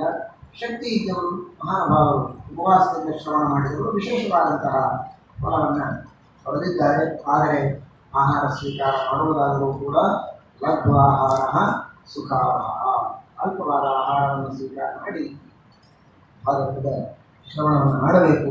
ವಿಶೇಷವಾಗಿ ವಿಘ್ನ ಆಗಬಾರದು ಅನ್ನುವುದಕ್ಕೆ ವಾಸುದೇವ ದ್ವಾದಶಾಕ್ಷರ ಮಂತ್ರದ ಜಪವನ್ನು 5 ಜನ ಬ್ರಾಹ್ಮಣರಿಂದ ಮಾಡಿಸಬೇಕು. ಭಾಗವತದ ಪಾರಾಯಣವನ್ನು ಮಾಡಿಸಬೇಕು. ದಶಮಸ್ಕಂಧದ ಹವನವನ್ನು ಮಾಡಬೇಕು. ಇನ್ನನೇಕ ವಿಧಾನಗಳನ್ನೆಲ್ಲ ಹೇಳಿ ಈ ರೀತಿ ನಿತ್ಯದಲ್ಲಿ ಬ್ರಾಹ್ಮಣರ ಭೋಜನವಾಗಬೇಕು. ಬ್ರಾಹ್ಮಣ ಭೋಜನ, ಭಾಗವತದ ಪಾರಾಯಣ, ದ್ವಾದಶಾಕ್ಷರ ಮಂತ್ರದ ಜಪ, ದಶಮಸ್ಕಂಧದ ಹವನ ಇವುಗಳನ್ನೆಲ್ಲ ಮಾಡಿ ಶ್ರೀಮದ್ ಭಾಗವತದ ಸಪ್ತಾಹದ ಶ್ರವಣವನ್ನು ಮಾಡುವಂತಹ ಪದ್ಧತಿ ಇದೆ ಎಂಬುದಾಗಿ ನಾರದರಿಗೆ ಅವರು ತಿಳಿಸಿಕೊಟ್ಟಿದ್ದಾರೆ. ಇಂತಹ ಶ್ರೇಷ್ಠವಾದ ಶ್ರೀಮದ್ ಭಾಗವತದ ಸಮಗ್ರವಾದ ಪ್ರವಚನವನ್ನು ಅವರು ಮಾಡಿ ಮುಗಿಸಿದ್ದಾರೆ. ಸಾಕ್ಷಾತ್ ಶುಕಾಚಾರ್ಯರೇ ಅಲ್ಲಿ ಬಂದಿದ್ದಾರೆ. ಭಾಗವತದ ಉಪದೇಶವನ್ನು ಮಾಡಿದ ಶುಕಾಚಾರ್ಯರೇ ಆ ಸಪ್ತಾಹದ ಪ್ರಸಂಗದಲ್ಲಿ ಬಂದು ಅವರು ಹೇಳ್ತಾರೆ, ನಿಗಮಕಲ್ಪತರೋತ್ಕಲಿತಂ ಫಲಂ ಶುಕಮುಖಾದಮತದ್ರವ ಸಂಯುತಂ ಶ್ರೀಮದ್ ಭಾಗವತಂ ರಸಮಾಲಯಂ ಮುಹುರಹೋ ರಸಿಕಾ ಭುವಿ ಭಾವುಕಾಃ ಧರ್ಮಃ ಪ್ರೋಜ್ಜಿತಕೈತಮೋತ್ರಮರಮೋ ನಿರ್ಮತ್ಸರಾಣಂ ಸತಾಂ ವೇದ್ಯಂ ವಾಸ್ತವಮತ್ರ ವಸ್ತು ಶಿವದಂ ತಾದತ್ರಯೋನ್ಮೂಲನಂ ಶ್ರೀಮದ್ಭಾಗವತೆ ಮಹಾಮುನಿಗತೆ ಕಿಂವಾ ಪರೈರೀಶ್ವರಃ ಸದ್ಯೋ ಹೃತ್ಯಪರುಧ್ಯತೆ ಪ್ರಕೃತಿಭಿಃ ಶುಶ್ರೂಷುಭಿಸ್ತಕ್ಷಣಾತ್. ಭಾಗವತದಲ್ಲಿ ಧರ್ಮಃ ಪ್ರೋಜ್ಜಿತಕೈತಮೋತ್ರ ಬ್ರಹ್ಮ ಶ್ಲೋಕ ಮೊದಲು ಬರ್ತದೆ, ನಿಗಮಕಲ್ಪತರೋತ್ಕಲಿತ ಫಲಂ ಆಮೇಲೆ ಬರ್ತದೆ. ಮಹಾತ್ಮ್ಯದಲ್ಲಿ ವ್ಯತ್ಯಾಸವಾಗಿ ಹೇಳ್ತಾರೆ. ಶುಕಾಚಾರ್ಯರೇ ಹೇಳುವಂತಹ ಮಾತು, ವೇದವ್ಯಾಸದೇವರ ಮಾತನ್ನು ತಿಳಿಸ್ತಾ ಇದ್ದಾರೆ. ಶ್ರೀಮದ್ ಭಾಗವತವನ್ನು ಓದುವುದಕ್ಕೆ ಅಧಿಕಾರಿಗಳೇ ಯಾರು? ಶ್ರೀಮದ್ ಭಾಗವತದಲ್ಲಿ ಹೇಳಲು ಹೊರಟದ್ದೇನು? ಇದಕ್ಕೆ ಅಧಿಕಾರಿಗಳು ಯಾರು? ಇದರ ಅಧ್ಯಯನದಿಂದ ನಮಗಾಗುವ ಫಲ ಏನು? ಇದನ್ನು ತಿಳಿದುಕೊಂಡು ಗ್ರಂಥವನ್ನು ಓದಿದರೇನೆ ಮಹಾಫಲ ಇದೆ, ಇಲ್ಲದಿದ್ದರೆ ಇಲ್ಲ ಅಂತ ಶಾಸ್ತ್ರ ಹೇಳೋದು.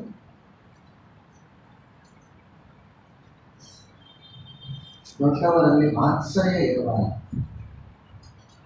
ಸಜ್ಜನರಲ್ಲಿ, ದೊಡ್ಡವರಲ್ಲಿ ಇವರು ನಮ್ಮನ್ನು ಮೀರಿದ್ದಾರೆ, ನಮ್ಮ ಕೈ ಕೆಳಗೆ ಇಲ್ಲ ಅನ್ನುವ ಮಾತ್ಸರ್ಯ ನಮಗಿರಬಾರದು.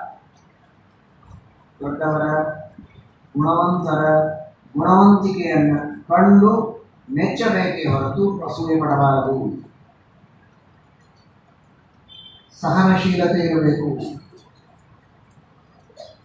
ದಯೆ, ಕಾರುಣ್ಯ.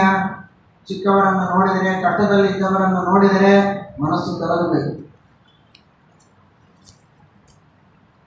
ಎಲ್ಲರನ್ನೂ ಪ್ರೀತಿಯಿಂದ ಕಾಣಬೇಕು.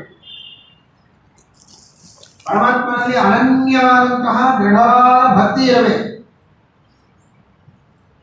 ಆ ತರಹದ ಮಾತ್ಸರ್ಯಾದಿ ದೋಷಗಳನ್ನು ತೊರೆದ ಸಜ್ಜನರು ಯಾರೋ ಅವರು ಶ್ರೀಮದ್ ಭಾಗವತದ ಶ್ರವಣ ಮಾಡುವುದಕ್ಕೆ ಅಧಿಕಾರಿಗಳಾಗ್ತಾರೆ.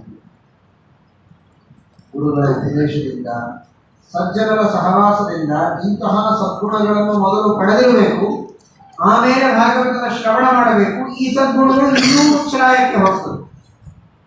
ಇಲ್ಲದೇ ಇದ್ರೆ, ಓದದೇ ಇದ್ರೆ ಈ ಗುಣಗಳು ಬರೋದಿಲ್ಲ. ಬರದೇ ಓದೋ ಹಾಗಿಲ್ಲ. ಹಾಗಾದ್ರೆ ಓದೋದು ಕೇಳೋದು ಹೇಗೆ ಸಾಧ್ಯ ಅಂತ ಅಂದುಕೊಳ್ಳೋದಲ್ಲ. ಸಜ್ಜನರ ಸಹವಾಸದೊಳಗಿದ್ದೇನೆ ಈ ಗುಣಗಳು ಬಂದ್ಬಿಡ್ತದೆ. ಬರೋದರಿಂದ ಈ ಶಾಸ್ತ್ರ ಓದುವ ಅಧಿಕಾರ ಸಿಗತ್ತೆ. ಅಧಿಕಾರ ಸಿಕ್ಕು ಶಾಸ್ತ್ರದ ಅಧ್ಯಯನ ಮಾಡಿದ ಮೇಲೆ ಈ ಗುಣಗಳು ಇನ್ನಷ್ಟು ವಿಶೇಷವಾಗಿ ನಮ್ಮಲ್ಲಿ ಅಭಿವೃದ್ಧಿಯಾಗ್ತದೆ.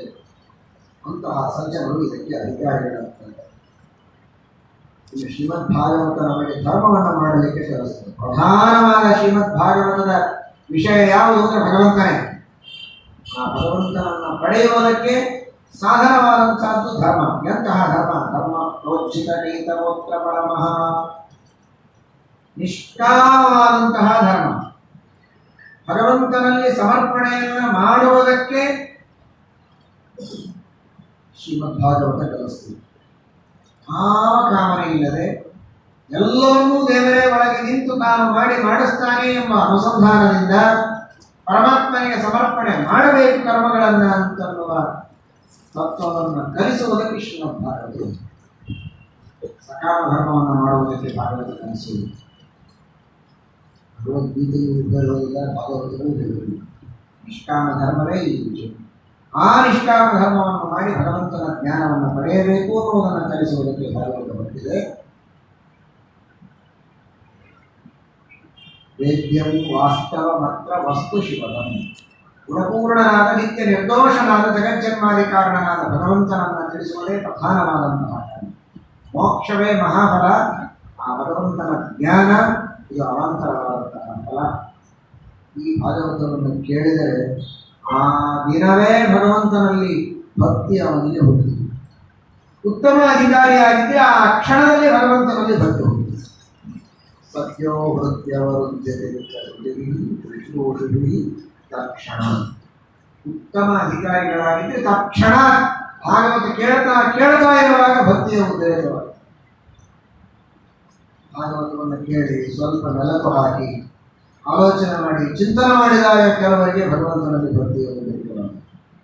ಅಂತೂ ಭಗವಂತನಿಗೆ ವಿಶೇಷವಾದ ಭಕ್ತಿಯನ್ನು ಹುಟ್ಟುವಂತೆ ಮಾಡಿ ತನ್ಮೂಲಕವಾಗಿ ಮೋಕ್ಷ ರೂಪವಾದ ಮಹಾಫಲವನ್ನು ಕೊಡುವುದಕ್ಕೆ ಶ್ರೀಮದ್ ಭಾಗವತ ಹೊರಟಿದೆ. ವೇದವ್ಯಾಸದೇವರು ಸಕಲ ವೇದಗಳೆಂಬಂತಹ ದೊಡ್ಡದಾದ ವೃಕ್ಷ, ಆ ಸಕಲ ಸಚ್ಚಾಸ್ತ್ರ ರೂಪವಾದ ಆ ವೃಕ್ಷಗಳಿಂದ ಅನೇಕ ಫಲಗಳನ್ನು ನಮಗೆ ಕೊಟ್ಟಿದ್ದಾರೆ. ಶ್ರೀಮನ್ ಮಹಾಭಾರತ ಇದೆ, ಭಾಗವತ ಇದೆ, ಇವೆಲ್ಲ ಉತ್ತಮವಾಗಿರುವಂತಹ ಫಲಗಳಿವೆ. ಅಂತಹ ಫಲಗಳಲ್ಲಿ ಶ್ರೇಷ್ಠವಾದ ಫಲ ಶ್ರೀಮದ್ ಭಾಗವತ. ಇದನ್ನು ನಿರಂತರವಾಗಿ ಶ್ರವಣ ಮಾಡಬೇಕು, ಇದರ ರಸವನ್ನು ಭಕ್ತಿಯಿಂದ ಆಸ್ವಾದನೆ ಮಾಡಬೇಕು ಎಂಬುದಾಗಿ ಶುಕಾಚಾರ್ಯರು ತಿಳಿಸಿಕೊಡ್ತಾರೆ. ಅಂತಹ ಶ್ರೀಮದ್ ಭಾಗವತದ ಮಹಿಮೆಯನ್ನು ಶುಕಾಚಾರ್ಯರು ಆ ಪ್ರಸಂಗದಲ್ಲಿ ಅಲ್ಲಿ ಕೊಂಡಾಡಿದ್ದಾರೆ. ಎಲ್ಲ ಭಗವದ್ಭಕ್ತರಿಂದ ಸಹಿತನಾಗಿ ಭಗವಂತನೇ ಪ್ರತ್ಯಕ್ಷನಾಗಿದ್ದಾನೆ. ಪ್ರಹ್ಲಾದ, ಉದ್ಧವ, ಅರ್ಜುನ ಮೊದಲಾದ ಸಕಲ ಭಗವದ್ಭಕ್ತರಿಂದ ಕೂಡಿಕೊಂಡು ಸಾಕ್ಷಾತ್ ಶ್ರೀಕೃಷ್ಣ ಪರಮಾತ್ಮ ಭಾಗವತ ಸಪ್ತಾಹದಲ್ಲಿ ಸನಕಾದಿಗಳ ಎದುರಿನಲ್ಲಿ ಬಂದು ನಿಂತಿದ್ದಾನೆ. ಏನು ಬೇಕೋ ವರ ಕೇಳಿ ಅಂತ ಕೇಳಿದ್ದಾನೆ. ಏನು ವರ ಕೇಳಿದ್ದಾರೋ?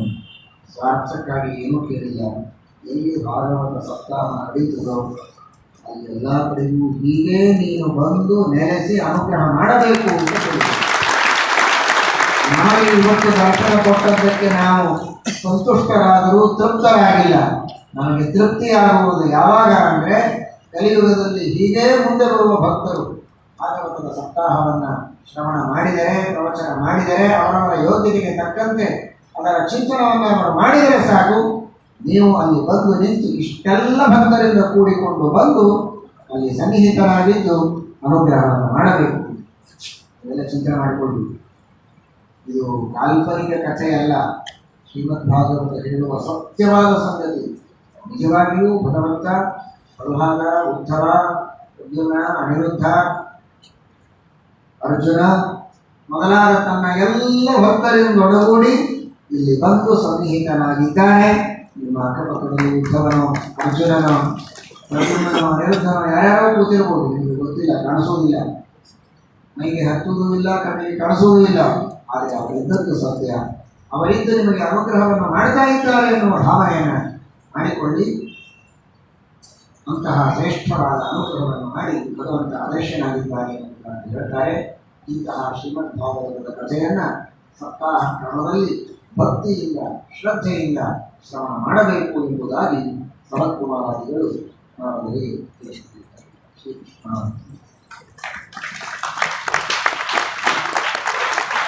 ಶ್ರೀ ಶ್ರೀ ಸತ್ಯಾತೀರ್ಥ ಶ್ರೀಪಾದಂಗಳವರಿಗೆ, ಶ್ರೀ ಶ್ರೀ ಸತ್ಯಪ್ರಮೋತೀರ್ಥ ಶ್ರೀಪಾದಂಗಳವರಿಗೆ ಹನುಮದ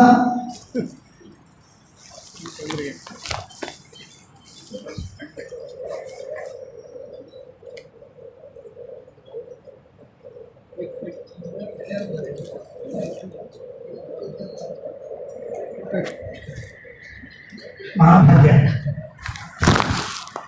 ಶ್ರೀ ಶ್ರೀ ಸತ್ಯಾತೀರ್ಥ ಶ್ರೀಪಾದಂಗಳವರಿಗೆ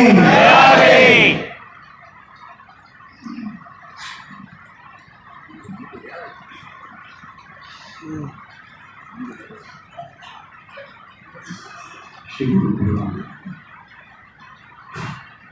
ನೈಮಿಷೇ ನಿಮಿಷಕ್ಷೇತ್ರೇ ಋಷಯಶ್ರವಣಕಾಲಯಃ ಸತ್ರಂ ಸ್ವರ್ಗಾಯ ಲೋಕಾಯ ಸಹಸ್ರ ಸಮಮಾಸತೆ. ಶ್ರವಣಕಾದಿ ಮಹಾಮಹಾ ಋಷಿಗಳು, ಜ್ಞಾನಿಗಳು, ಮಹಾ ತಪಸ್ವಿಗಳು ಜ್ಞಾನಸತ್ರವನ್ನು ಮಾಡುತ್ತಾ ಇದ್ದಾರೆ. ಯಜ್ಞಯಾಗಾದಿಗಳನ್ನು ಮಾಡುವುದರೊಳಗೆ ಜ್ಞಾನಸತ್ರ ಅವರಿಗೆ ಪ್ರಧಾನ. ದ್ರವ್ಯಯಜ್ಞವನ್ನು ಮಾಡ್ತಾರೆ. ಅನೇಕ ಕರ್ತೃಕವಾದಂತಹ ಯಾಗ ಸತ್ರ ಅಂತಾರೆ. ಅಂತಹ ಶ್ರೇಷ್ಠವಾದ ಸತ್ರವನ್ನು ಮಾಡ್ತಾರೆ. ಆ ಸತ್ರದಲ್ಲಿ ಕೇವಲ ದ್ರವ್ಯಯಜ್ಞ ಮಾತ್ರ ಅಲ್ಲ, ಜ್ಞಾನಯಜ್ಞವನ್ನು ಮಾಡ್ತಾರೆ. ಭಗವಂತನ ಮಹಿಮೆ ಅಲ್ಲಲ್ಲಿ ನಿರ್ಣಯವಾಗಬೇಕು. ಪಾಂಡವರು ಹಾಗೆ ಮಾಡ್ತಾ ಇದ್ರು. ರಾಜಸೂಯ ಅಷ್ಟಮೇಧದಂತಹ ದೊಡ್ಡ ಯಾಗ. ಆದರೆ ಆ ಯಾಗದಲ್ಲಿ ತತ್ವನಿರ್ಣಯ ಕಥಾಭೂವಿರೆ, ತತ್ವನಿರ್ಣಯಗಳಾಗಬೇಕು. ವಾದ ವಿವಾದಗಳು ನಡೆದು ಚರ್ಚೆಯಾಗಿ ಭಗವಂತನ ಸರ್ವೋತ್ತಮತ್ವ ಅನೇಕ ತತ್ವಗಳು ಶಾಸ್ತ್ರದ ನಿರ್ಣಯಗಳೆಲ್ಲ ಅಲ್ಲಿ ಆಗಿದೆ. ಆ ರೀತಿಯಾಗಿ ಇವರೆಲ್ಲ ಸೇರಿದ್ದಾರೆ. ಸೂತಾಚಾರ್ಯರಿಗೆ ಪ್ರಶ್ನೆಯನ್ನು ಮಾಡ್ತಾ ಇದ್ದಾರೆ. ನಾವೆಲ್ಲರಿಗೆ ಸೇರಿದ್ದೇವೆ. ತಾವು ವಿಶೇಷವಾಗಿ ವೇದವ್ಯಾಸದೇವರ ಅನುಗ್ರಹಕ್ಕೆ ಪಾತ್ರರಾದಂಥವರು ಮಹಾನುಭಾವರು.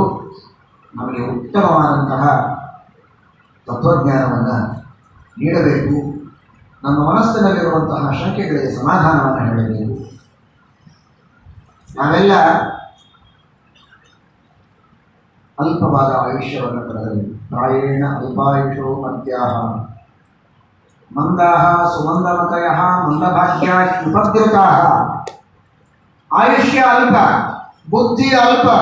ಅಲ್ಪವಾದ ಆಯುಷ್ಯದಲ್ಲಿ ಸಾಧನೆ ಮಾಡುವುದಕ್ಕೆ ನಮಗೆ ತೋಚೋದು ಕಡಿಮೆ. ತೋಚಿದಷ್ಟು ಮಾಡುವುದಕ್ಕೆ ಉಪದ್ರವಗಳು ಬಹಳ, ಉಪಟಳಗಳು ಬಹಳ. ಅವುಗಳೆಲ್ಲವನ್ನು ಮೀರಿ ಮಾಡುವುದು ಬಹಳ ಕಷ್ಟ. ಹಾಗಾದರೆ ಅಲ್ಪಮತಿಗೆ ತೋರಿದಂತೆ ಅಲ್ಪ ಆಯುಷ್ಯದೊಳಗೂ ಉತ್ತಮ ಸಾಧನೆಯನ್ನು ಮಾಡಿ ನಾವು ಉತ್ತಮವಾದ ಗತಿಯನ್ನು ಹೊಂದಬೇಕು. ಅದಕ್ಕೇನು ಮಾಡಬೇಕು ಹೇಳಿ. ಮತ್ತೆ ಎಲ್ಲ ವೇದಗಳನ್ನಂತೂ ಹೇಳೋ ಹಾಗಿಲ್ಲ. ಆದರೆ ಎಲ್ಲ ಉಪನಿಷತ್ತು ವೇದಗಳ ಸಾರ ಪುರಾಣಗಳಲ್ಲಿ ಸಂಗ್ರಹ ಮಾಡಿ ಹೇಳಿದ್ದಾರೆ. ವೇದವ್ಯಾಸದೇವರು ಗೊತ್ತು. ಆದರೆ ಅದೆಲ್ಲ ನಮಗೆ ಹೇಳಿದ್ದೇವೆ.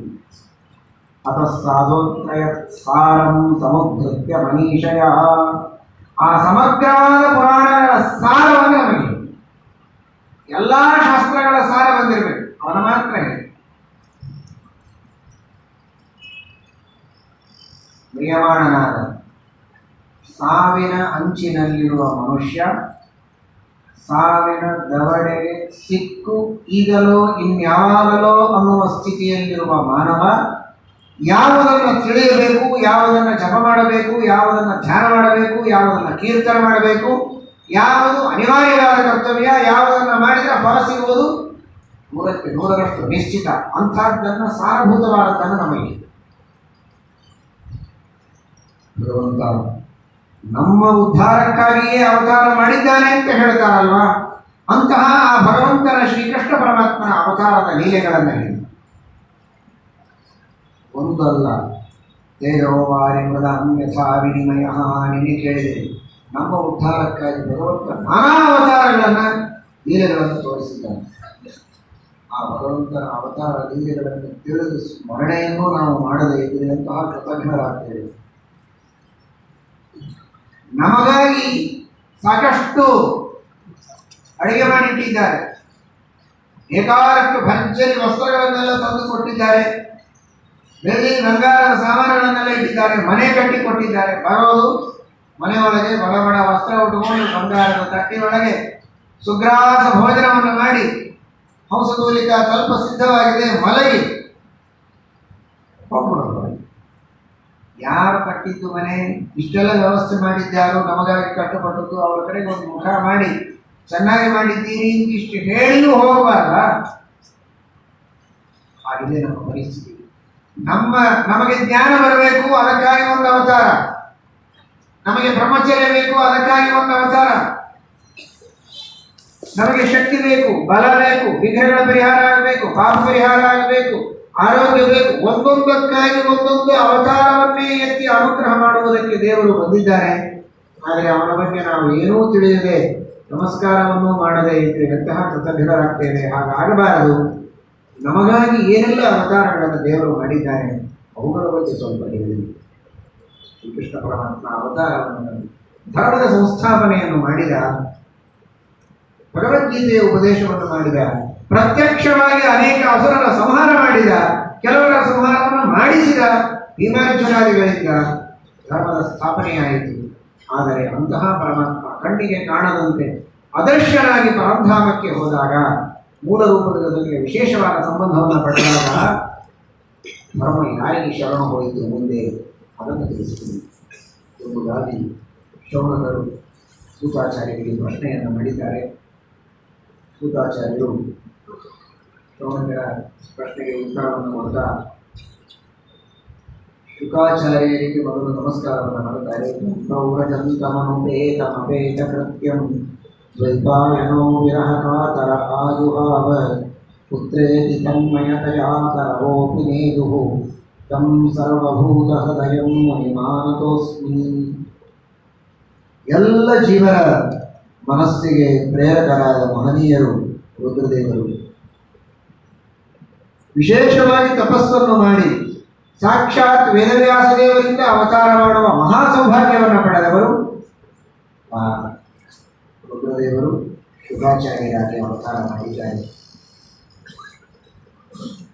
ಅಂತಹ ಶುಕಾಚಾರ್ಯರ ಮೇಲೆ ಪರಮಾತ್ಮನಿಗಿರುವ ಪ್ರೀತಿಯಷ್ಟು ಪರಮಾತ್ಮನಿಗಿರುವಂತಹ ವೈರಾಗ್ಯ ಯಾರಿಗೂ ಇಲ್ಲ ಅನ್ನೋದಕ್ಕೆ ಅವರನ್ನು ಭಗವಾನ್ ಅಂತ ಕರೆಯುವರು. ಪರಮ ವಿರಕ್ತ ಶಿಖಾಮಣಿಯಾದವನು ಭಗವಂತ. ಆ ಭಗವಂತನ ಸಂಗ ಇದ್ದವರು, ಅವನ ರುಚಿ ಕಂಡವರು, ಅವನಲ್ಲಿ ಭಕ್ತಿ ಮಾಡಿದವರಿಗೆ ಜಗತ್ತಿನಲ್ಲಿ ಏನೂ ಸಾರ ಇಲ್ಲ ಅಂತ ಅನಿಸ್ತದೆ. ದೇವರಿಗೆ ಇಲ್ಲಿಂದ ಜಗತ್ತಿನಲ್ಲಿ ಆಸೆ.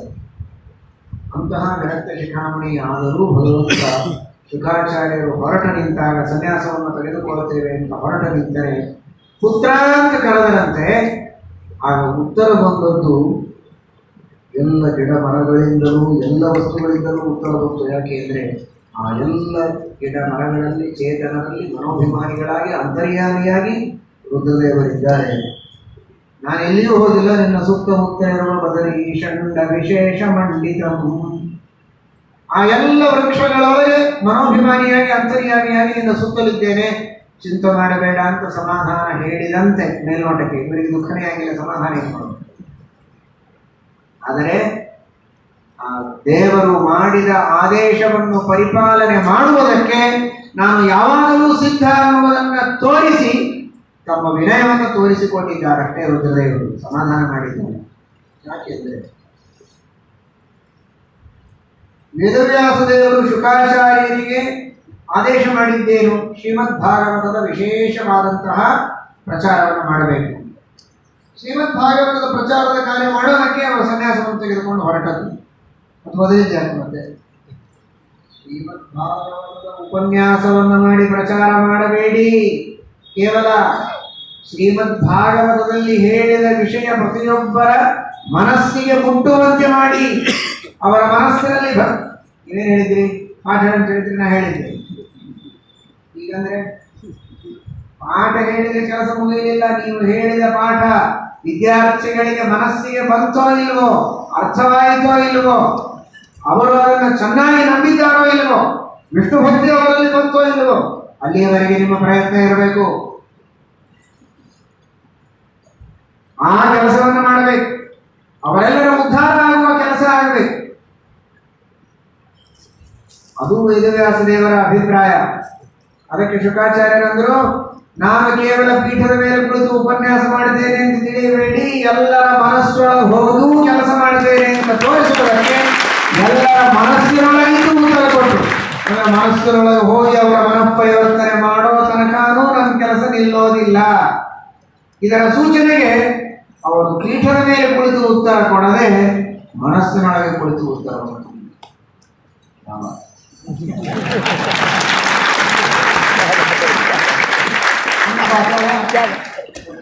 ತನ್ಮಯತಯಾ ಕರವೋಪಿ ನೇದುಃ ತಂ ಸರ್ವಭೂತ ಅಯಂ ಮುನಿಮಾನತೋಸ್ಮಿ. ಎಲ್ಲ ಜೀವರಾಶಿಗಳ ಹೃದಯ ಸಿಂಹಾಸನಾರೂಢರಾಗಿರತಕ್ಕಂತಹ ಮುನಿಗಳು. ಅವರು ಪ್ರವಚನ ಮಾಡಿದಾಗ ಹಿಂಗಾಗ್ತಿದ್ದು ಕಾಣಿಸ್ತದೆ ಅಂತ ತಿಳ್ಕೊಂಡ್ಬಿಟ್ರೆ ನೀವು ವಂಚಿತರಾಗ್ತೀರಿ. ತಂ ಸರ್ವಭೂತ ಹೃದಯಂ. ಇವತ್ತಿನ ಕಾಲದ ನಮ್ಮ ನಿಮ್ಮೆಲ್ಲರ ಹೃದಯದೊಳಗೂ ಅವರಿದ್ದಾರೆ, ಹೃತ್ತಿನೊಳಗೂ ಅವರಿದ್ದಾರೆ. ಇಂದು ಇವತ್ತಿಗೂ ನಮ್ಮ ಮನಸ್ಸಿನಲ್ಲಿ ಭಾಗವತದ ಸಂದೇಶ ಮುಟ್ಟುವಂತೆ ಮಾಡುವ ಮಹಾನುಭಾವರು ಶುಕಾಚಾರ್ಯ. ಶ್ರೀಮದ್ ಭಾಗವತ ಸಾಕ್ಷಾತ್ ಭಗವಂತನ ಮಹಿಮೆಯನ್ನು ಕೊಂಡಾಡುವ ಈ ಪುರಾಣವನ್ನು ಜಗತ್ತಿಗೆ ನೀಡಿದಂತಹ ಮಹಾಜ್ಞಾನಿಗಳು, ಅವರಿಗೆ ನಮಸ್ಕಾರ ಎಂಬುದಾಗಿ ನಮಸ್ಕಾರವನ್ನು ಮಾಡ್ತಾ ಇದ್ದಾರೆ. ಶುಕಾಚಾರ್ಯರು ಭಗವಂತನ ಸಂಕಲ್ಪ ಹೇಗಿದೆ, ಭಗವಂತ ಯಾರಿಂದ ಏನು ಮಾಡಿಸ್ತಾನೆ ಅಂತ ಅನ್ನೋದು ಗೊತ್ತಾಗೋದಿಲ್ಲ. ನೋಡಿ, ಭಗವಂತನ ಇದೇ ಭಾಗವತದ ಪ್ರಾರಂಭದಲ್ಲಿ ಶುಕಾಚಾರ್ಯರ ಬಗ್ಗೆ ಇಷ್ಟು ವರ್ಣನೆ ಇದೆ. ಮಧ್ಯವರ್ಗದಲ್ಲಿಯೂ ರುದ್ರದೇವರ ಮಹಿಮೆ ಬೇಕಾದಷ್ಟು ಬರ್ತದೆ. ಇದೇ ಪ್ರಥಮ ಸ್ಕಂದದ ಕೊನೆಯ ಭಾಗದಲ್ಲಿ ಅಶ್ವತ್ಥಾಮಾಚಾರ್ಯರ ಪರಿಸ್ಥಿತಿ ಏನು ಅದನ್ನು ನೀವು ಮಾಡಿ. ದೇವರ ಎದುರು ಪಕ್ಷದಲ್ಲಿ ನಿಂತಾಗ ಇದೇ ರುದ್ರದೇವರ ಪರಿಸ್ಥಿತಿ ಏನಾಯಿತು? ದೇವರ ಮಗನಾಗಿ ದೇವರ ಭಕ್ತರಾಗಿ ಅವರು ಭಕ್ತರೇ, ಆದರೆ ಆ ಭಕ್ತಿಯ ವಿಶೇಷವಾದ ಅಭಿವ್ಯಕ್ತಿಯಾದಾಗ ಅವರಿಂದ ಆದ ಕಾರ್ಯ ಎಂತಾಗಿ ಇದನ್ನು ನಾವು ಗಮನಿಸಬೇಕು. ಪರಮಾತ್ಮನ ವಿಶೇಷಾನುಗ್ರಹಕ್ಕೆ ಪಾತ್ರರಾಗಿ ನಮ್ಮ ನೈಜವಾದಂತಹ ಸ್ವಾಭಾವಿಕವಾದ ಗುಣದ ಅಭಿವ್ಯಕ್ತಿ ಮಾಡಿಕೊಂಡಾಗ ಅವರು ಭಾಗವತ ಪ್ರವರ್ತಕರಾಗಿ ಲೋಕೋದ್ಧಾರಕರಾದಂತಹ ಮಹಾನುಭಾವರಾದರು ಶುಕಾಚಾರ್ಯರು. ಅಂಥವರಿಗೆ ನಮಸ್ಕಾರ. ನಾರಾಯಣ ನಮಸ್ಕೃತ್ಯ ನರದೇವನರೋತ್ತಮಂ ದೇವೀಂ ಸರಸ್ವತೀಂ ವ್ಯಾಸಂ ತಥೋ ಗ್ರಂಥಮುದೀರಯೇ. ಸರ್ವೋತ್ತಮನಾದ ನಾರಾಯಣ, ಪ್ರತಿಪಾದ್ಯನಾದವರು, ಗ್ರಂಥಕರ್ತೃಗಳಾದ ವೇದವ್ಯಾಸದೇವರು, ಸಕಲ ವಾಂಗ್ಮನಸ ದೇವತೆಯಾಗಿರುವಂತಹ ಮಹಾಲಕ್ಷ್ಮಿ, ವಾಯುದೇವರು, ಸರಸ್ವತೀ ದೇವಿ, ಈ ಎಲ್ಲ ಪೌರುಷೆಯ ಗ್ರಂಥಗಳಿಗೆ ವಿಶೇಷವಾಗಿ ಅಭಿಮಾನಿಗಳಾಗಿ ನಿಯಾಮಕರಾಗಿ ಶ್ರದ್ಧೆಯನ್ನು ಕೊಟ್ಟು ಪ್ರೇರಕರಾಗಿರುವಂತಹ ಶೇಷದೇವರು, ನರೋತ್ತಮ, ಇವರೆಲ್ಲರಿಗೂ ನರೋತ್ತಮರಾದ ವಾಯುದೇವರು ಹಾಗೂ ನರಂಚೈವ ಶೇಷದೇವರು ಅವರೆಲ್ಲರಿಗೂ ನಮಸ್ಕಾರವನ್ನು ಮಾಡಿ ಈ ಗ್ರಂಥದ ಪ್ರಾರಂಭವನ್ನು ಮಾಡುತ್ತೇವೆ ಎಂಬುದಾಗಿ ಶುಕಾಚಾರ್ಯರು ತಿಳಿಸ್ತಾ ಇದ್ದಾರೆ. ಅಂತಹ ಈ ಶ್ರೀಮದ್ ಭಾಗವತದ ಪ್ರಾರಂಭವನ್ನು ಮಾಡುತ್ತಾ ಅವರು ಕೇಳಿದಂತಹ ಪ್ರಶ್ನೆಗೆ ಉತ್ತರವನ್ನು ಕೊಡ್ತಾರೆ. ಪ್ರಧಾನವಾದ ಕರ್ತವ್ಯ ಏನು? ಸಕಲ ಪುರಾಣಗಳ ಸಾರ ಏನು? ಸಕಲ ಶಾಸ್ತ್ರಗಳ ಸಾರ ಏನು? ಅಲ್ಪಾಯುಷ್ಟಿರುವ ಮಂದಮತಿಗಳಾದ ಜನ ಸಿಕ್ಕ ಅಲ್ಪ ಸಮಯದಲ್ಲಿ ಮಾಡಲೇಬೇಕಾದ ಸಾಧನೆ ಯಾವುದು? ಅದು ಶ್ರೀಮನ್ನಾರಾಯಣನ ಧ್ಯಾನ, ಭಕ್ತಿ, ಕೀರ್ತನ, ಜಪ. ಏನು ಮಾಡಿದರೂ ನಾರಾಯಣನ ಸ್ಮರಣೆಯನ್ನು ಮಾಡಬೇಕು, ನಾರಾಯಣನ ಧ್ಯಾನವನ್ನು ಮಾಡಬೇಕು, ನಾರಾಯಣನ ಮಂತ್ರಗಳ ಜಪವನ್ನು ಮಾಡಬೇಕು, ಅವನ ನಾಮಗಳ ಸಂಕೀರ್ತನವನ್ನು ಮಾಡಬೇಕು. ಇದೇ ಪ್ರಧಾನವಾದ ಕಾರ್ಯ. ಇನ್ಯಾವ ಧರ್ಮಗಳನ್ನು ಬಿಡಬೇಕು ಅಂತ ತಾತ್ಪರ್ಯವಲ್ಲ. ವೇದ ವಿಹಿತವಾದ ಇತರ ಸತ್ಕರ್ಮಗಳನ್ನು ಮಾಡಬೇಕು, ಆದರೆ ಪ್ರಧಾನವಾದ ಲಕ್ಷ್ಯ ಇದಾಗಿರಬೇಕು.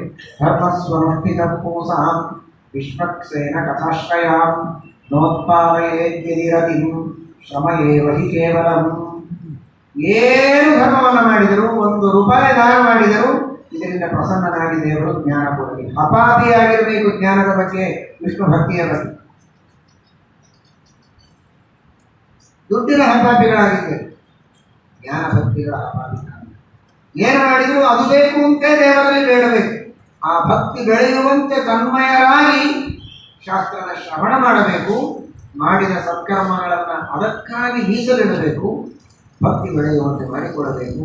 ಇದೇ ಪ್ರಧಾನವಾದದ್ದು ಎಂಬುದಾಗಿ ತಿಳಿಯಿರಿ. ಭಗವಂತನ ಶ್ರೀಕೃಷ್ಣ ರೂಪಿಯಾಗಿ ದೇವರು ಮಾಡಿರುವಂತಹ ಅವತಾರವನ್ನು ಮುಂದೆ ದಶಮಸ್ಕಂದದಲ್ಲಿ ವಿಸ್ತಾರವಾಗಿ ವರ್ಣನೆಯನ್ನು ಮಾಡುವವರಿದ್ದಾರೆ. ಪರಮಾತ್ಮ ನಮಗಾಗಿ ಮಾಡಿದ ಅವತಾರಗಳು ಅನೇಕ. ಪ್ರಸಿದ್ಧವಾದ ದಶಾವತಾರಗಳಂತೂ ನಿಮಗೆ ಗೊತ್ತೇ ಇದೆ. ಮತ್ಸ್ಯ, ಕೂರ್ಮ, ವರಾಹಾದಿ ಅವತಾರಗಳನ್ನು ಮಾಡಿ ಎಂತಹ ದೇವರು ಮಾಡಿದಂತಹ ಕಾರ್ಯ. ಅವತಾರ ಮಾಡಿದ್ದು ಹಳೇ ಸುದ್ದಿ, ಅದಲ್ಲ. ಇವತ್ತು ನಮಗೇನು ಬಹಳ ಉಪಯೋಗ ಇಲ್ಲ.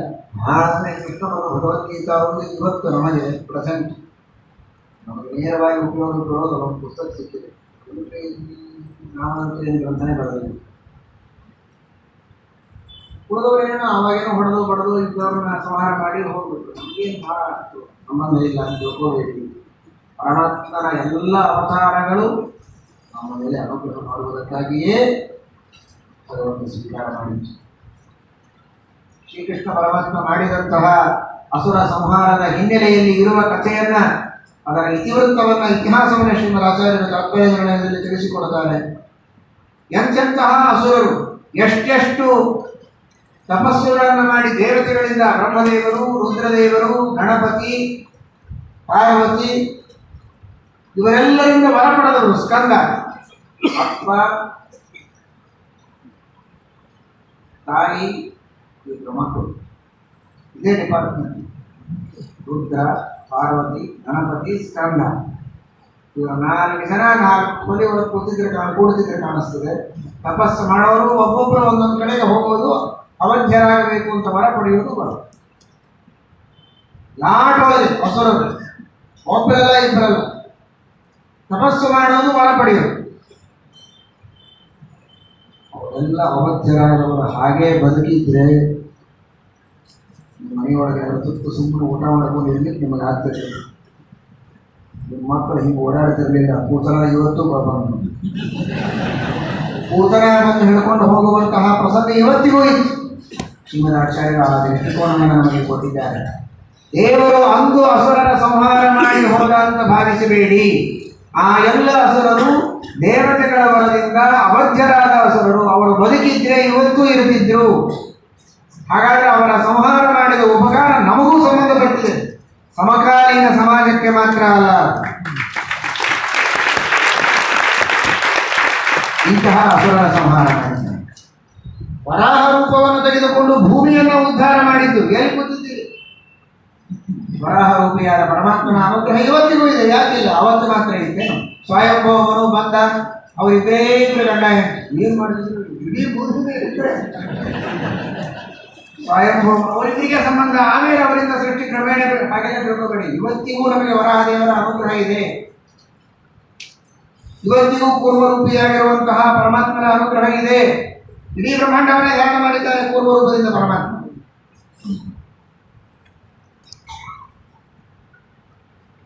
ಮಾಡ್ತಿರಲ್ಲ, ಯಾರು ಆಹುತಿ ಯಾರು ತಗೊಳ್ಳೋದು? ದೇವತೆಗಳೇ ಇದ್ದಿದ್ದಿಲ್ಲ ಅಂದ್ರೆ ಆಹುತಿ ಯಾರು ತಗೊಳ್ಳೋದು? ಆ ಕೂರ್ಮ ರೂಪದಿಂದ ಮಂಗಲ ಪರ್ವತ ಧಾರಣೆ ಮಾಡಿದ. ಅಮೃತ ಬಂತು, ಅಮೃತ ಕುಡಿದ್ರು.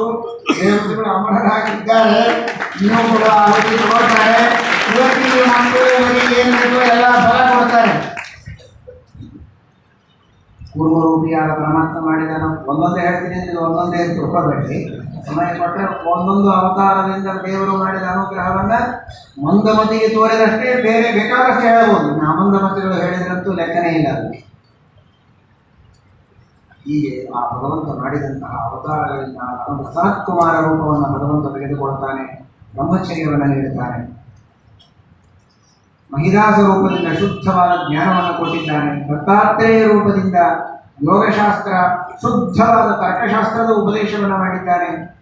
ಹೀಗೆ ಭಗವಂತ ಅನೇಕ ಅವತಾರಗಳನ್ನು ತೆಗೆದುಕೊಂಡು ನಮ್ಮೆಲ್ಲರಿಗೆ ಮಾಡಿದಂತಹ ಅನುಗ್ರಹ ಏನು ಅನ್ನುವುದನ್ನು ಚೆನ್ನಾಗಿ ಬಣ್ಣಿಸಿದ್ದಾರೆ. ಮುಂದೆ ವಿಸ್ತಾರವಾಗಿ ಭಾಗವತದಲ್ಲಿ ಅವರ ನಿರೂಪಣೆಯನ್ನು ಕೂಡ ಮಾಡುತ್ತಾರೆ. ಹೀಗೆ ಆ ಭಗವಂತ ಅವತಾರವನ್ನು ಮಾಡಿ ವಿಶೇಷವಾದಂತಹ ಅನುಗ್ರಹವನ್ನು ಮಾಡುತ್ತಾನೆ ಎಂಬುದಾಗಿ ತಿಳಿಸ್ತಾರೆ. ಇಂತಹ ಶ್ರೀಮದ್ ಭಾಗವತದ ರಚನೆ ಹೇಗಾಯಿತು ಅನ್ನುವುದನ್ನು ತಿಳಿಸ್ತಾರೆ. ವೇದವ್ಯಾಸ ದೇವರು ಸರಸ್ವತಿ ತೀರದಲ್ಲಿ ಇದ್ದಾರೆ. ಸರ್ವಜ್ಞರಾದವರು, ಯಾವ ಚಿಂತೆಯೂ ಇಲ್ಲ. ಅವರನ್ನು ಸ್ಮರಣೆ ಮಾಡಿದವರ ಚಿಂತೆಯನ್ನೇ ಪರಿಹಾರ ಮಾಡ್ತಾರೆ. ಚಿಂತೆ ಯಾಕೆ ಮಾಡ್ತೀವಿ? ಚಿನ್ಮಯನಿದ್ದಾನೆ. ಚಿನ್ಮಯನಾದ ಆದ್ದರಿಂದಲೇ ಯಾವ ಚಿಂತೆ ಇಲ್ಲದ, ಚಿಂತೆ ಇದ್ದವರ ಚಿಂತೆಗಳನ್ನು ಕಳೆಯುವಂತಹ ಸ್ವಾಮಿ. ಆದರೂ ಭಗವಂತ ಲೋಕಾನುಗ್ರಹಕ್ಕಾಗಿ ತಾನು ಚಿಂತೆ ಮಾಡಿದವರಂತೆ ನಾಟಕ ಮಾಡುತ್ತಾನೆ. ಭಗವಂತ ಈ ರೀತಿ ಯಾಕಪ್ಪ ಏನು ಚಿಂತಾಕ್ರಾಂತನಾಗಿದ್ದಿ ಅಂತ ನಾರದರು ಬಂದು ಕೇಳ್ತಾರೆ. ಅವರಿಗೂ ಒಂದು ಏನು ಚಿಂತೆ ಇಲ್ಲ. ನಾಟಕ ಮಾಡುವಾಗ ಸರಿಯಾಗಿ ಒಬ್ಬರು ಮಾಡಿದರೆ ಎಲ್ಲರೂ ಹಾಗೆ ಮಾಡಬೇಕು. ಒಳ್ಳೆ ರಾಮನ ಪಾತ್ರ ಹಾಕೊಂಡು ಒಬ್ಬನು ನಿಂತಿದ್ದಾನೆ. ಅದಕ್ಕೆ ತಕ್ಕಾಗೆ ಅವನು ರಾಮ ಅನ್ನೋ ಹಾಗೇನೆ ಇವರ ಜೊತೆಗಿದ್ದವರು ವ್ಯವಹಾರ ಮಾಡಬೇಕು. ಅವ್ರಿಗೆ ಗೊತ್ತಿದ್ದ ಬಿಡ ನೀನು ಹೇಳ ಅದೇ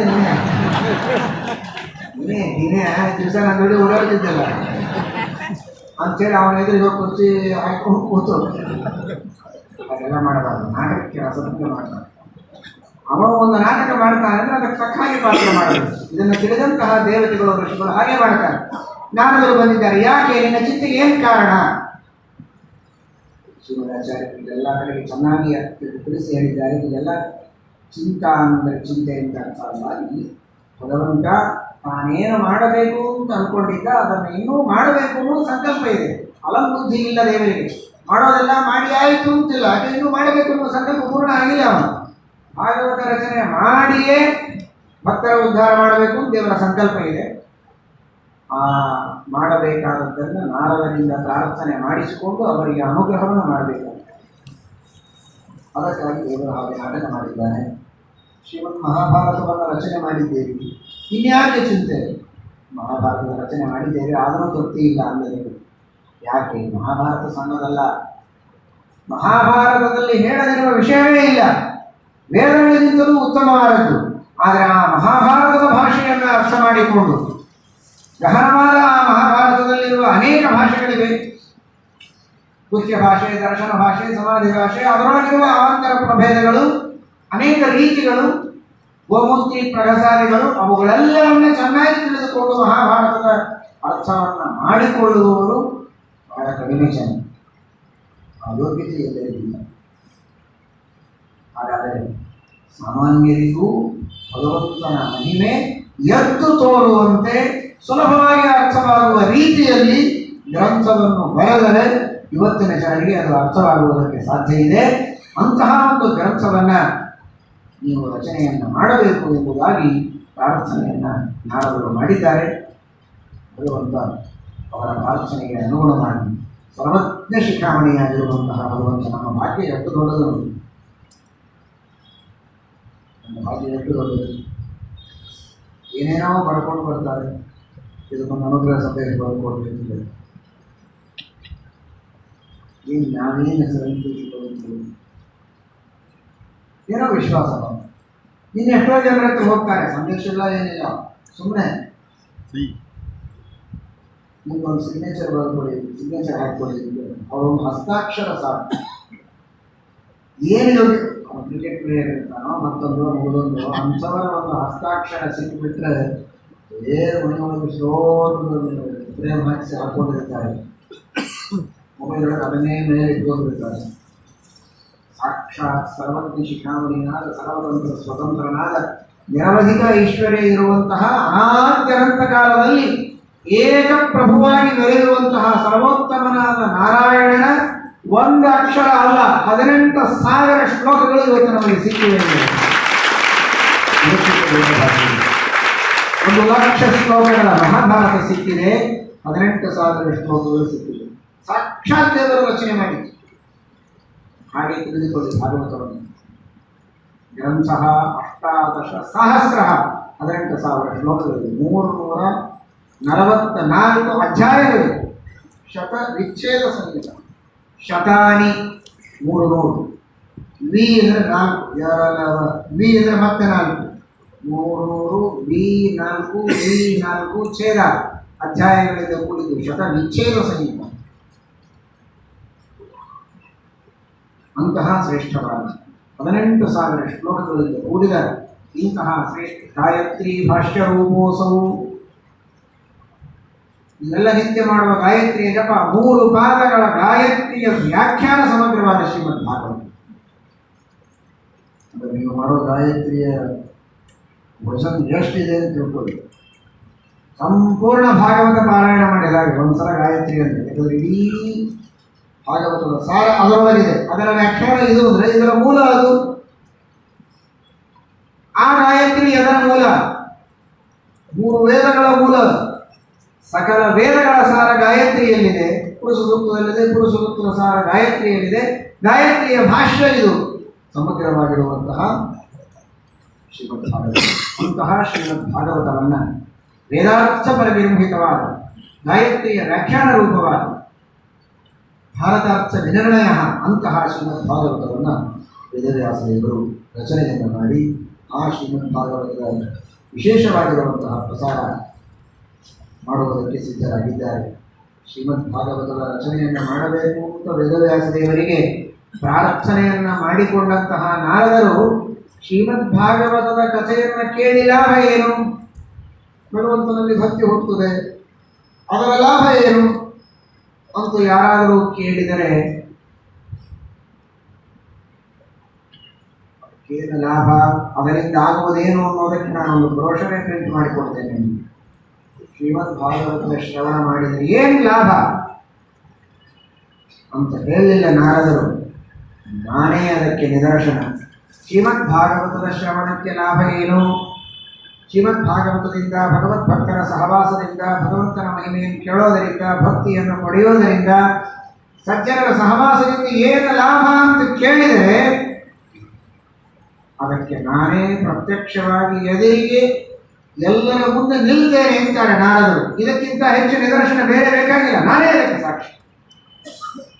ವಾದಿರಾಜರು ಹೇಗೆ ಶ್ರೀಮನ್ಯಾಯ ಸುಧಾರ ಮಹಿಮೆ ಬೇಕು ಅಂದರೆ ನಿಮಗೆ ತಿಳಿಯೋದಕ್ಕೆ ತತ್ರ ವಯವೇನ ಸಾಕ್ಷಿಣಃ ಅಂತ ತಮ್ಮನ್ನೇ ತಾವು ನಿದರ್ಶನವನ್ನಾಗಿ ತೋರಿಸಿಕೊಳ್ತಾರೆ ಮಹಾನುಭಾವರು. ಹಾಗೆ ನಾರದರು ಶ್ರೀಮದ್ ಭಾಗವತದ ಮಹಿಮೆ ಏನು ಅಂತ ನೋಡಬೇಕಾದ್ರೆ ನನ್ನನ್ನೇ ನೋಡಿ. ಅಹಂ ಪುರಾತೀತ ಪದೇ ಭವಂ ಮುನೆ ದಾಸ್ಯಾಸ್ತು ಕಸ್ಯಾಶ್ಚನ ವೇದ ವೇದಿನಾಂ. ಸಾಮಾನ್ಯ ಶೂದ್ರ ದಾಸಿಯ ಮಗನ ಪೂರ್ವಕಲ್ಪದಲ್ಲಿ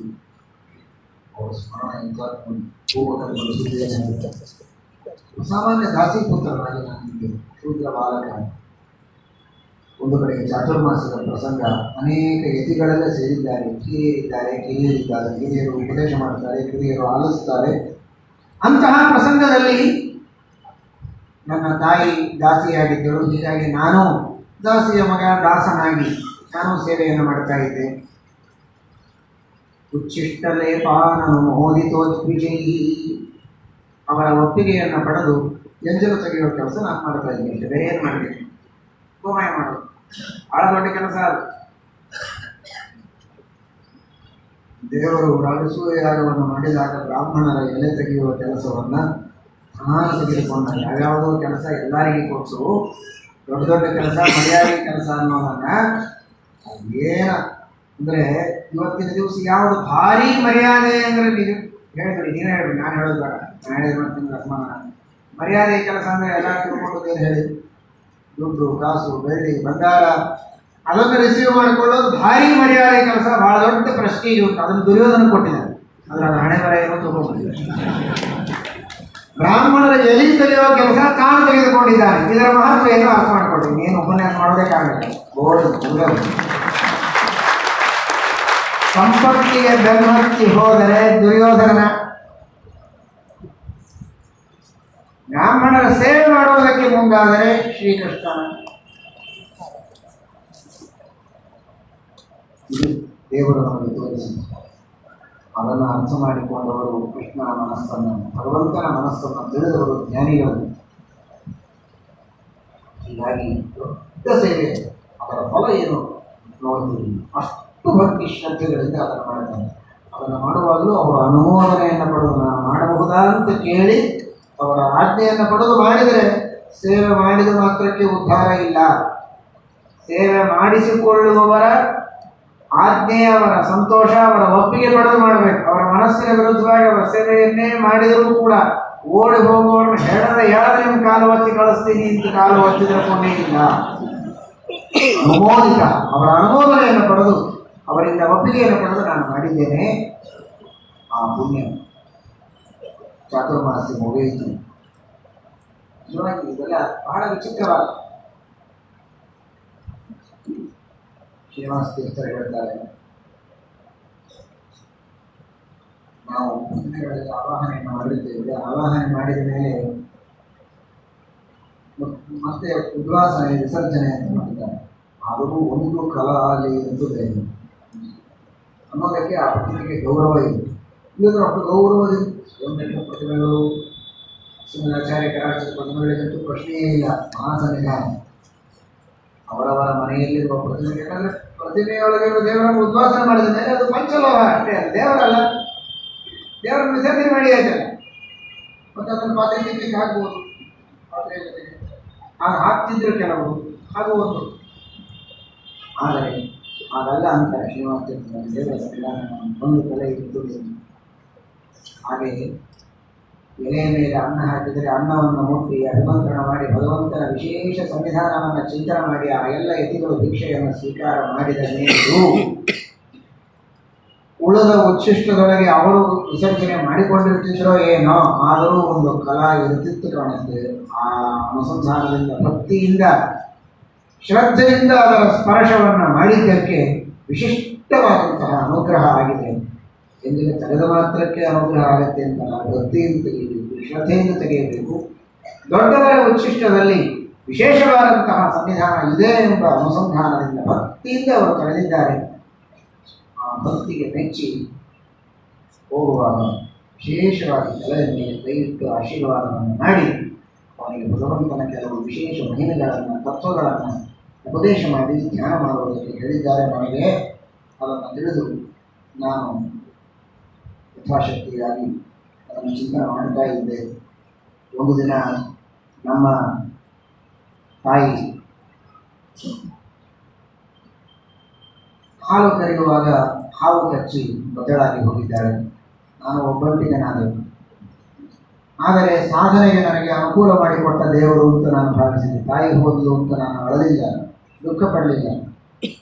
ದೇವರು ನನಗೆ ಸಾಧನೆಗೆ ಒಂದು ಮಾರ್ಗ ತೋರಿಸಿದ. ಯಾವ ಬಂಧನವೂ ಇಲ್ಲ. ನಾನು ಎಲ್ಲಿ ಹೋದರೂ ಯಾರು ಕೇಳು ಇರೋರೇ ಇರ್ತಿದ್ರು, ತಾಯಿ ಮಗ. ತಾಯಿ ಇಲ್ಲ, ನಾನೊಬ್ಬ. ದೇವರು ಎಲ್ಲ ಕಡೆಗಿದ್ದಾನೆ ಸರ್ವರಕ್ಷಕನಾಗಿ ಅಂತ ಇಷ್ಟೊತ್ತು ಚಾತುರ್ಮಾಸದಲ್ಲಿ ಉಪನ್ಯಾಸ ಮಾಡಿದ್ದಾರೆ ಎಲ್ಲ ತಿಥಿಗಳು. ಹಾಗಾದರೆ ಅದನ್ನು ಕೇಳಿಕೊಂಡಿದ್ದೇನೆ, ಧೈರ್ಯ ಇದೆ ನನಗೆ ಅಂತ ನಿಶ್ಚಿಂತವಾಗಿ ಹೋಯಿತು. ಎಷ್ಟೆಷ್ಟೋ ಊರುಗಳನ್ನು ದಾಟಿ, ಪಟ್ಟಣಗಳನ್ನು ದಾಟಿದರು, ಹಳ್ಳಿಗಳನ್ನು ದಾಟಿದರು, ಅರಣ್ಯಗಳು ಎಲ್ಲವನ್ನೂ ಎಲ್ಲಿ ಬಂದರೂ ಅವರ ಮನಸ್ಸಿನಲ್ಲಿ ಯಾವ ವಿಕಾರಗಳು ಆಗಿತ್ತು. ಅರಣ್ಯದೊಳಗಿದ್ದಾಗ ವೈರಾಗ್ಯ ಬಂದಿರುತ್ತದೆ ಕೆಲವರಿಗೆ. ಪಟ್ಟಣದೊಳಗೆ ಬಂದು ಅಲ್ಲೆಲ್ಲ ನಾನಾ ವಿಧವಾದ ಭೋಗ ದ್ರವ್ಯಗಳನ್ನು ನೋಡಿದರೆ ಭೋಗ ಮಾಡಬೇಕು ಅಂತ ಅನಿಸ್ತಿದೆ. ಪಟ್ಟಣದೊಳಗಿರುವಂತಹ ನಾನಾ ವಿಧವಾದ ಜಂಜಾಟಗಳನ್ನು ನೋಡಿ ಏನು ಬೇಡಪ್ಪ ಸಾಕಾಗಿ ಹೋಗಿದೆ, ಅಡವಿಗೆ ಹೋಗೋಣ ಅಂತ ವಿರಕ್ತರಾಗಿ ಅಡವಿಗೆ ಹೋಗ್ತಾರೆ. ಅಲ್ಲಿ ಹುಲಿ ಸಿಂಹ ನೋಡಿದ್ರು ಬೇರೆ ಮನಸ್ಸು ಯಾರು ಹೇಳದೆ ಬಂದು ಬಾಗಿಲಾಟಗಳು ಮನೆಯೊಳಗೆ ಮಾಡ್ಕೊಂಡು ಭಾರತ ಪಕ್ವತೆ ಏನಿತ್ತು ಅಂದರೆ ಅವರು ಅರಣ್ಯವನ್ನೂ ದಾಟಿದರು, ಹಳ್ಳಿಗಳನ್ನು ದಾಟಿದರು, ಪಟ್ಟಣಗಳನ್ನು ದಾಟಿದರು. ಏನೂ ಮನಸ್ಸಿನೊಳಗೆ ವಿಕಾರ ಆಗಿಲ್ಲ, ನಿರ್ವಿಕಾರರಾಗಿ ಬಂದಿದ್ದಾರೆ. ಒಂದು ಕಡೆಗೆ ಕುಳಿತಿದ್ದಾರೆ. ಭಗವಂತನ ಧ್ಯಾನವನ್ನು ಅವರು ಯಾವ ರೀತಿಯಾಗಿ ಹೇಳ್ತಾರೋ ಆ ರೀತಿ ಆ ಪರಮಾತ್ಮನ ಧ್ಯಾನವನ್ನು ಮಾಡ್ತಾ ಇದ್ದಾರೆ. ಭಗವಂತ ಹೃದಯದಲ್ಲಿ ದರ್ಶನವನ್ನು ಕೊಟ್ಟಿದ್ದಾನೆ. ಸತ್ಯಾಸೀಮೇಶ ನೀರಹರಿ ಭಗವಂತನ ದರ್ಶನವಾಗಿದೆ. ಸ್ಫುರದ್ರೂಪಿಯಾದ ಸಕಲಾಭರಣ ಭೂಷಿತನಾದಂತಹ ದಿವ್ಯ ಮಂಗಲ ವಿಗ್ರಹ ಪರಮಸುಂದರ ಮೂರ್ತಿಯಾದ ಆ ಭಗವಂತನ ಚಿಂತನವನ್ನು ಮಾಡಿ ಆನಂದ ಪುಲಕಿತರಾಗಿದ್ದಾರೆ. ಇದ್ದಕ್ಕಿದ್ದಂತೆ ಭಗವಂತ ಅದರ್ಶನಾಗಿದೆ. ಮತ್ತೆ ದುಃಖವಾಗಿದೆ. ಯಾಕೆ ಹೀಗೆ ಅದರ್ಶನ ಆಗಿದೆ ಅಂತ ಆಗ ಭಗವಂತ ಹೇಳಿದ, ದುರ್ದರ್ಶೋಹಂ ಕುಯೋಗಿನ, ಇಷ್ಟು ಸುಲಭವಾಗಿ ನಾನು ದರ್ಶನ ಕೊಡುವುದಿಲ್ಲ. ನನ್ನ ರೂಪದ ರುಚಿ ಹೇಗಿದೆ ಅಂತ ತೋರಿಸಿದ್ದು ಮಾತ್ರ ನನಗೆ ಸಾಧನೆಯನ್ನು ಮಾಡಬೇಕು, ಆಮೇಲೆ ನನಗೆ ದರ್ಶನ ಕೊಡ್ತೇನೆ ಅಂತ ಹೇಳಿದಾಗ ವಿಶೇಷವಾಗಿ ಸಾಧನೆಯನ್ನು ಮಾಡಿದ್ದಾರೆ. ಮುಂದೆ ಆ ಕಲ್ಪ ಪರಮಾತ್ಮನ ಉದರದಲ್ಲಿ ಪ್ರವೇಶ ಆಯಿತು. ಬ್ರಹ್ಮದಾನದಿಂದ ಒಂದು 100 ವರ್ಷ ಕಳೆದೋಯಿತು. ಆ ಎಲ್ಲ ಪ್ರಳಯ ಆದ ಮೇಲೆ ಮತ್ತೆ ಬ್ರಹ್ಮದೇವರಿಂದ ಹೊಡೆಯಿಂದ ಹುಟ್ಟುವ ಭಾಗ್ಯ ಸಿಕ್ಕು ನಾನು ಈಗ ನಾರದನಾಗಿ ಹುಟ್ಟಿದ್ದೇನೆ. ಉತ್ಸಂಗಾಂ ನಾರದೋ ಜನ್ಮೆ, ಹೇಗಿದ್ದು ಹೇಗಾದರೂ ನೋಡಿ, ಎಲ್ಲಿಂದ ಎಲ್ಲಿ ಶೂದ್ರ ದಾಸೀಪುತ್ರ ಅನಾಥ ಶಿಶು. ಆದರೆ ಭಕ್ತಿಯಿಂದ ಜ್ಞಾನಿಗಳ ಸೇವೆ ಮಾಡಿದ್ದಕ್ಕೆ ಬ್ರಹ್ಮದೇವರ ಪುತ್ರರಾಗಿ ಎಲ್ಲಿಂದ ಎಲ್ಲಿ ಹಾರೋದು. ಪ್ರಮೋಷನ್ ಅಂದರೆ ಇದನ್ನು ಊಹಾ ಮಾಡಲಿಕ್ಕೆ ಸಾಧ್ಯ ಇಲ್ಲ. ಅಂತಹ ಉತ್ತಮವಾದ ಸ್ಥಾನವನ್ನು ದೇವರು ನನಗೆ ಕರುಣಿಸಿದ್ದಾನೆ ಅಂದರೆ ನೀವೇ ನನಗೆ ಕರುಣಿಸಿದ್ದೀರಿ. ವೇದವ್ಯಾಸ ದೇವರ ಎದುರಿಗೆ ಹೇಳ್ತಾ ಇರೋದು ನಾವು, ನಿಮ್ಮ ಅನುಗ್ರಹದಿಂದ ಇಂತಹ ಭಾಗ್ಯ ನನಗೆ ಸಿಕ್ಕಿದೆ.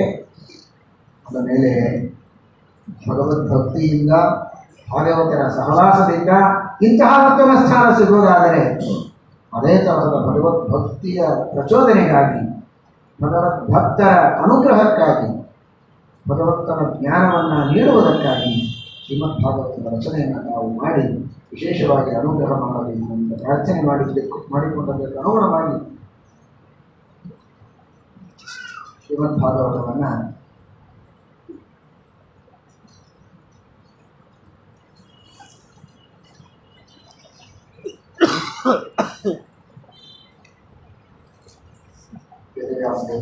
ರಚನೆಯನ್ನು ಮಾಡಿ ವಿಶೇಷವಾಗಿ ಅನುಗ್ರಹವನ್ನು ಮಾಡಿದ್ದಾರೆ. ಶ್ರೀಮದ್ ಭಾಗವತದ ಕಥೆ ನೀವೆಲ್ಲ ಕೇಳಿದ್ದೀರಿ, ಪುನಃ ಪುನಃ ಕೇಳ್ತಾ ಇರ್ತೀರಿ, ಕೇಳ್ತಾನೆ ಇರಬೇಕಾದದ್ದು. ಕಥೆಯ ಅಪರೂಪತೆ ಹೊಸತು ಏನಿಲ್ಲ ಅನ್ನೋದಕ್ಕೋಸ್ಕರ ಕಥೆಯನ್ನು ಉದಾಸೀನವಾಗಿ ಕೇಳುವುದಲ್ಲ. ಕಥೆ ಇದೆ, ನಿತ್ಯದಕ್ಕೆ ಕೇಳಿದ ಕಥೆಯಾದರೂ ಕೂಡ ಭಗವಂತನ ಮಹಿಮೆಯನ್ನು ಅತ್ಯಂತ ನೂತನವಾದದ್ದು ಅಂತ ಇದ್ದರೆ ಎಷ್ಟು ಉತ್ಸಾಹದಿಂದ ಕೇಳಬೇಕು ಅಷ್ಟೇ ಉತ್ಸಾಹದಿಂದಲೇ ಕೇಳ್ತಾ ಇದ್ದೀರಿ. ಅದೇ ಉತ್ಸಾಹದಿಂದ ಕೇಳಬೇಕು. ವಿಶೇಷವಾದ ಭಕ್ತಿ ಬೆಳೆಯುವಂತೆ ಮನಸ್ಸನ್ನು ಪದ ಮಾಡಿಕೊಂಡು ಆ ದೃಷ್ಟಿಯಲ್ಲಿ ಕೇಳಬೇಕು. ಯಾವುದೇ ಒಂದನ್ನು ಕೇಳಬೇಕಾದ್ರೆ ನೆನಪಿಟ್ಕೋಬೇಕು ಅಂತ ಕೇಳಿದರೆ ನೆನಪುಳಿತು. ಅದರಲ್ಲಿರುವಂತಹ ಭಾವನೆಗಳಿಗೆ ಸರಿಯಾಗಿ ಸ್ಪಂದಿಸಬೇಕು ಅನ್ನುವುದಕ್ಕೆ ಮನಸ್ಸನ್ನು ಹದ ಮಾಡಿಕೊಂಡು ಕುಳಿತರೆ ಮನಸ್ಸಿನಲ್ಲಿ ಭಾವನೆಗಳು ಬೆಳೆತವೆ. ಬರುವ ಭಾವನೆಗಳಿಗೆ ಬಾಗಿಲು ಹಾಕಿ ಅವಕಾಶ ನೀಡದಂತೆ ಕುಳಿತರೆ ಮನಸ್ಸು ಬರಡಾಗಿ ಹಾಗೆ ಉಳಿಯುವುದಕ್ಕೂ ಸಾಧ್ಯತೆ ಇದೆ. ಹಾಗಾಗದಂತೆ ಭಗವಂತನಲ್ಲಿ ವಿಶೇಷವಾದ ಭಕ್ತಿ ಬೆಳೆಯುವಂತೆ ಶ್ರದ್ಧೆಯಿಂದ ಶ್ರೀಮದ್ ಭಾಗವತದ ಶ್ರವಣವನ್ನು ಎಲ್ಲರೂ ಕೂಡ ಅತ್ಯಂತ ಶ್ರದ್ಧೆಯಿಂದ ಭಗವಂತನ ನಡೆಯಬೇಕು. ಶ್ರೀ ಕೃಷ್ಣ.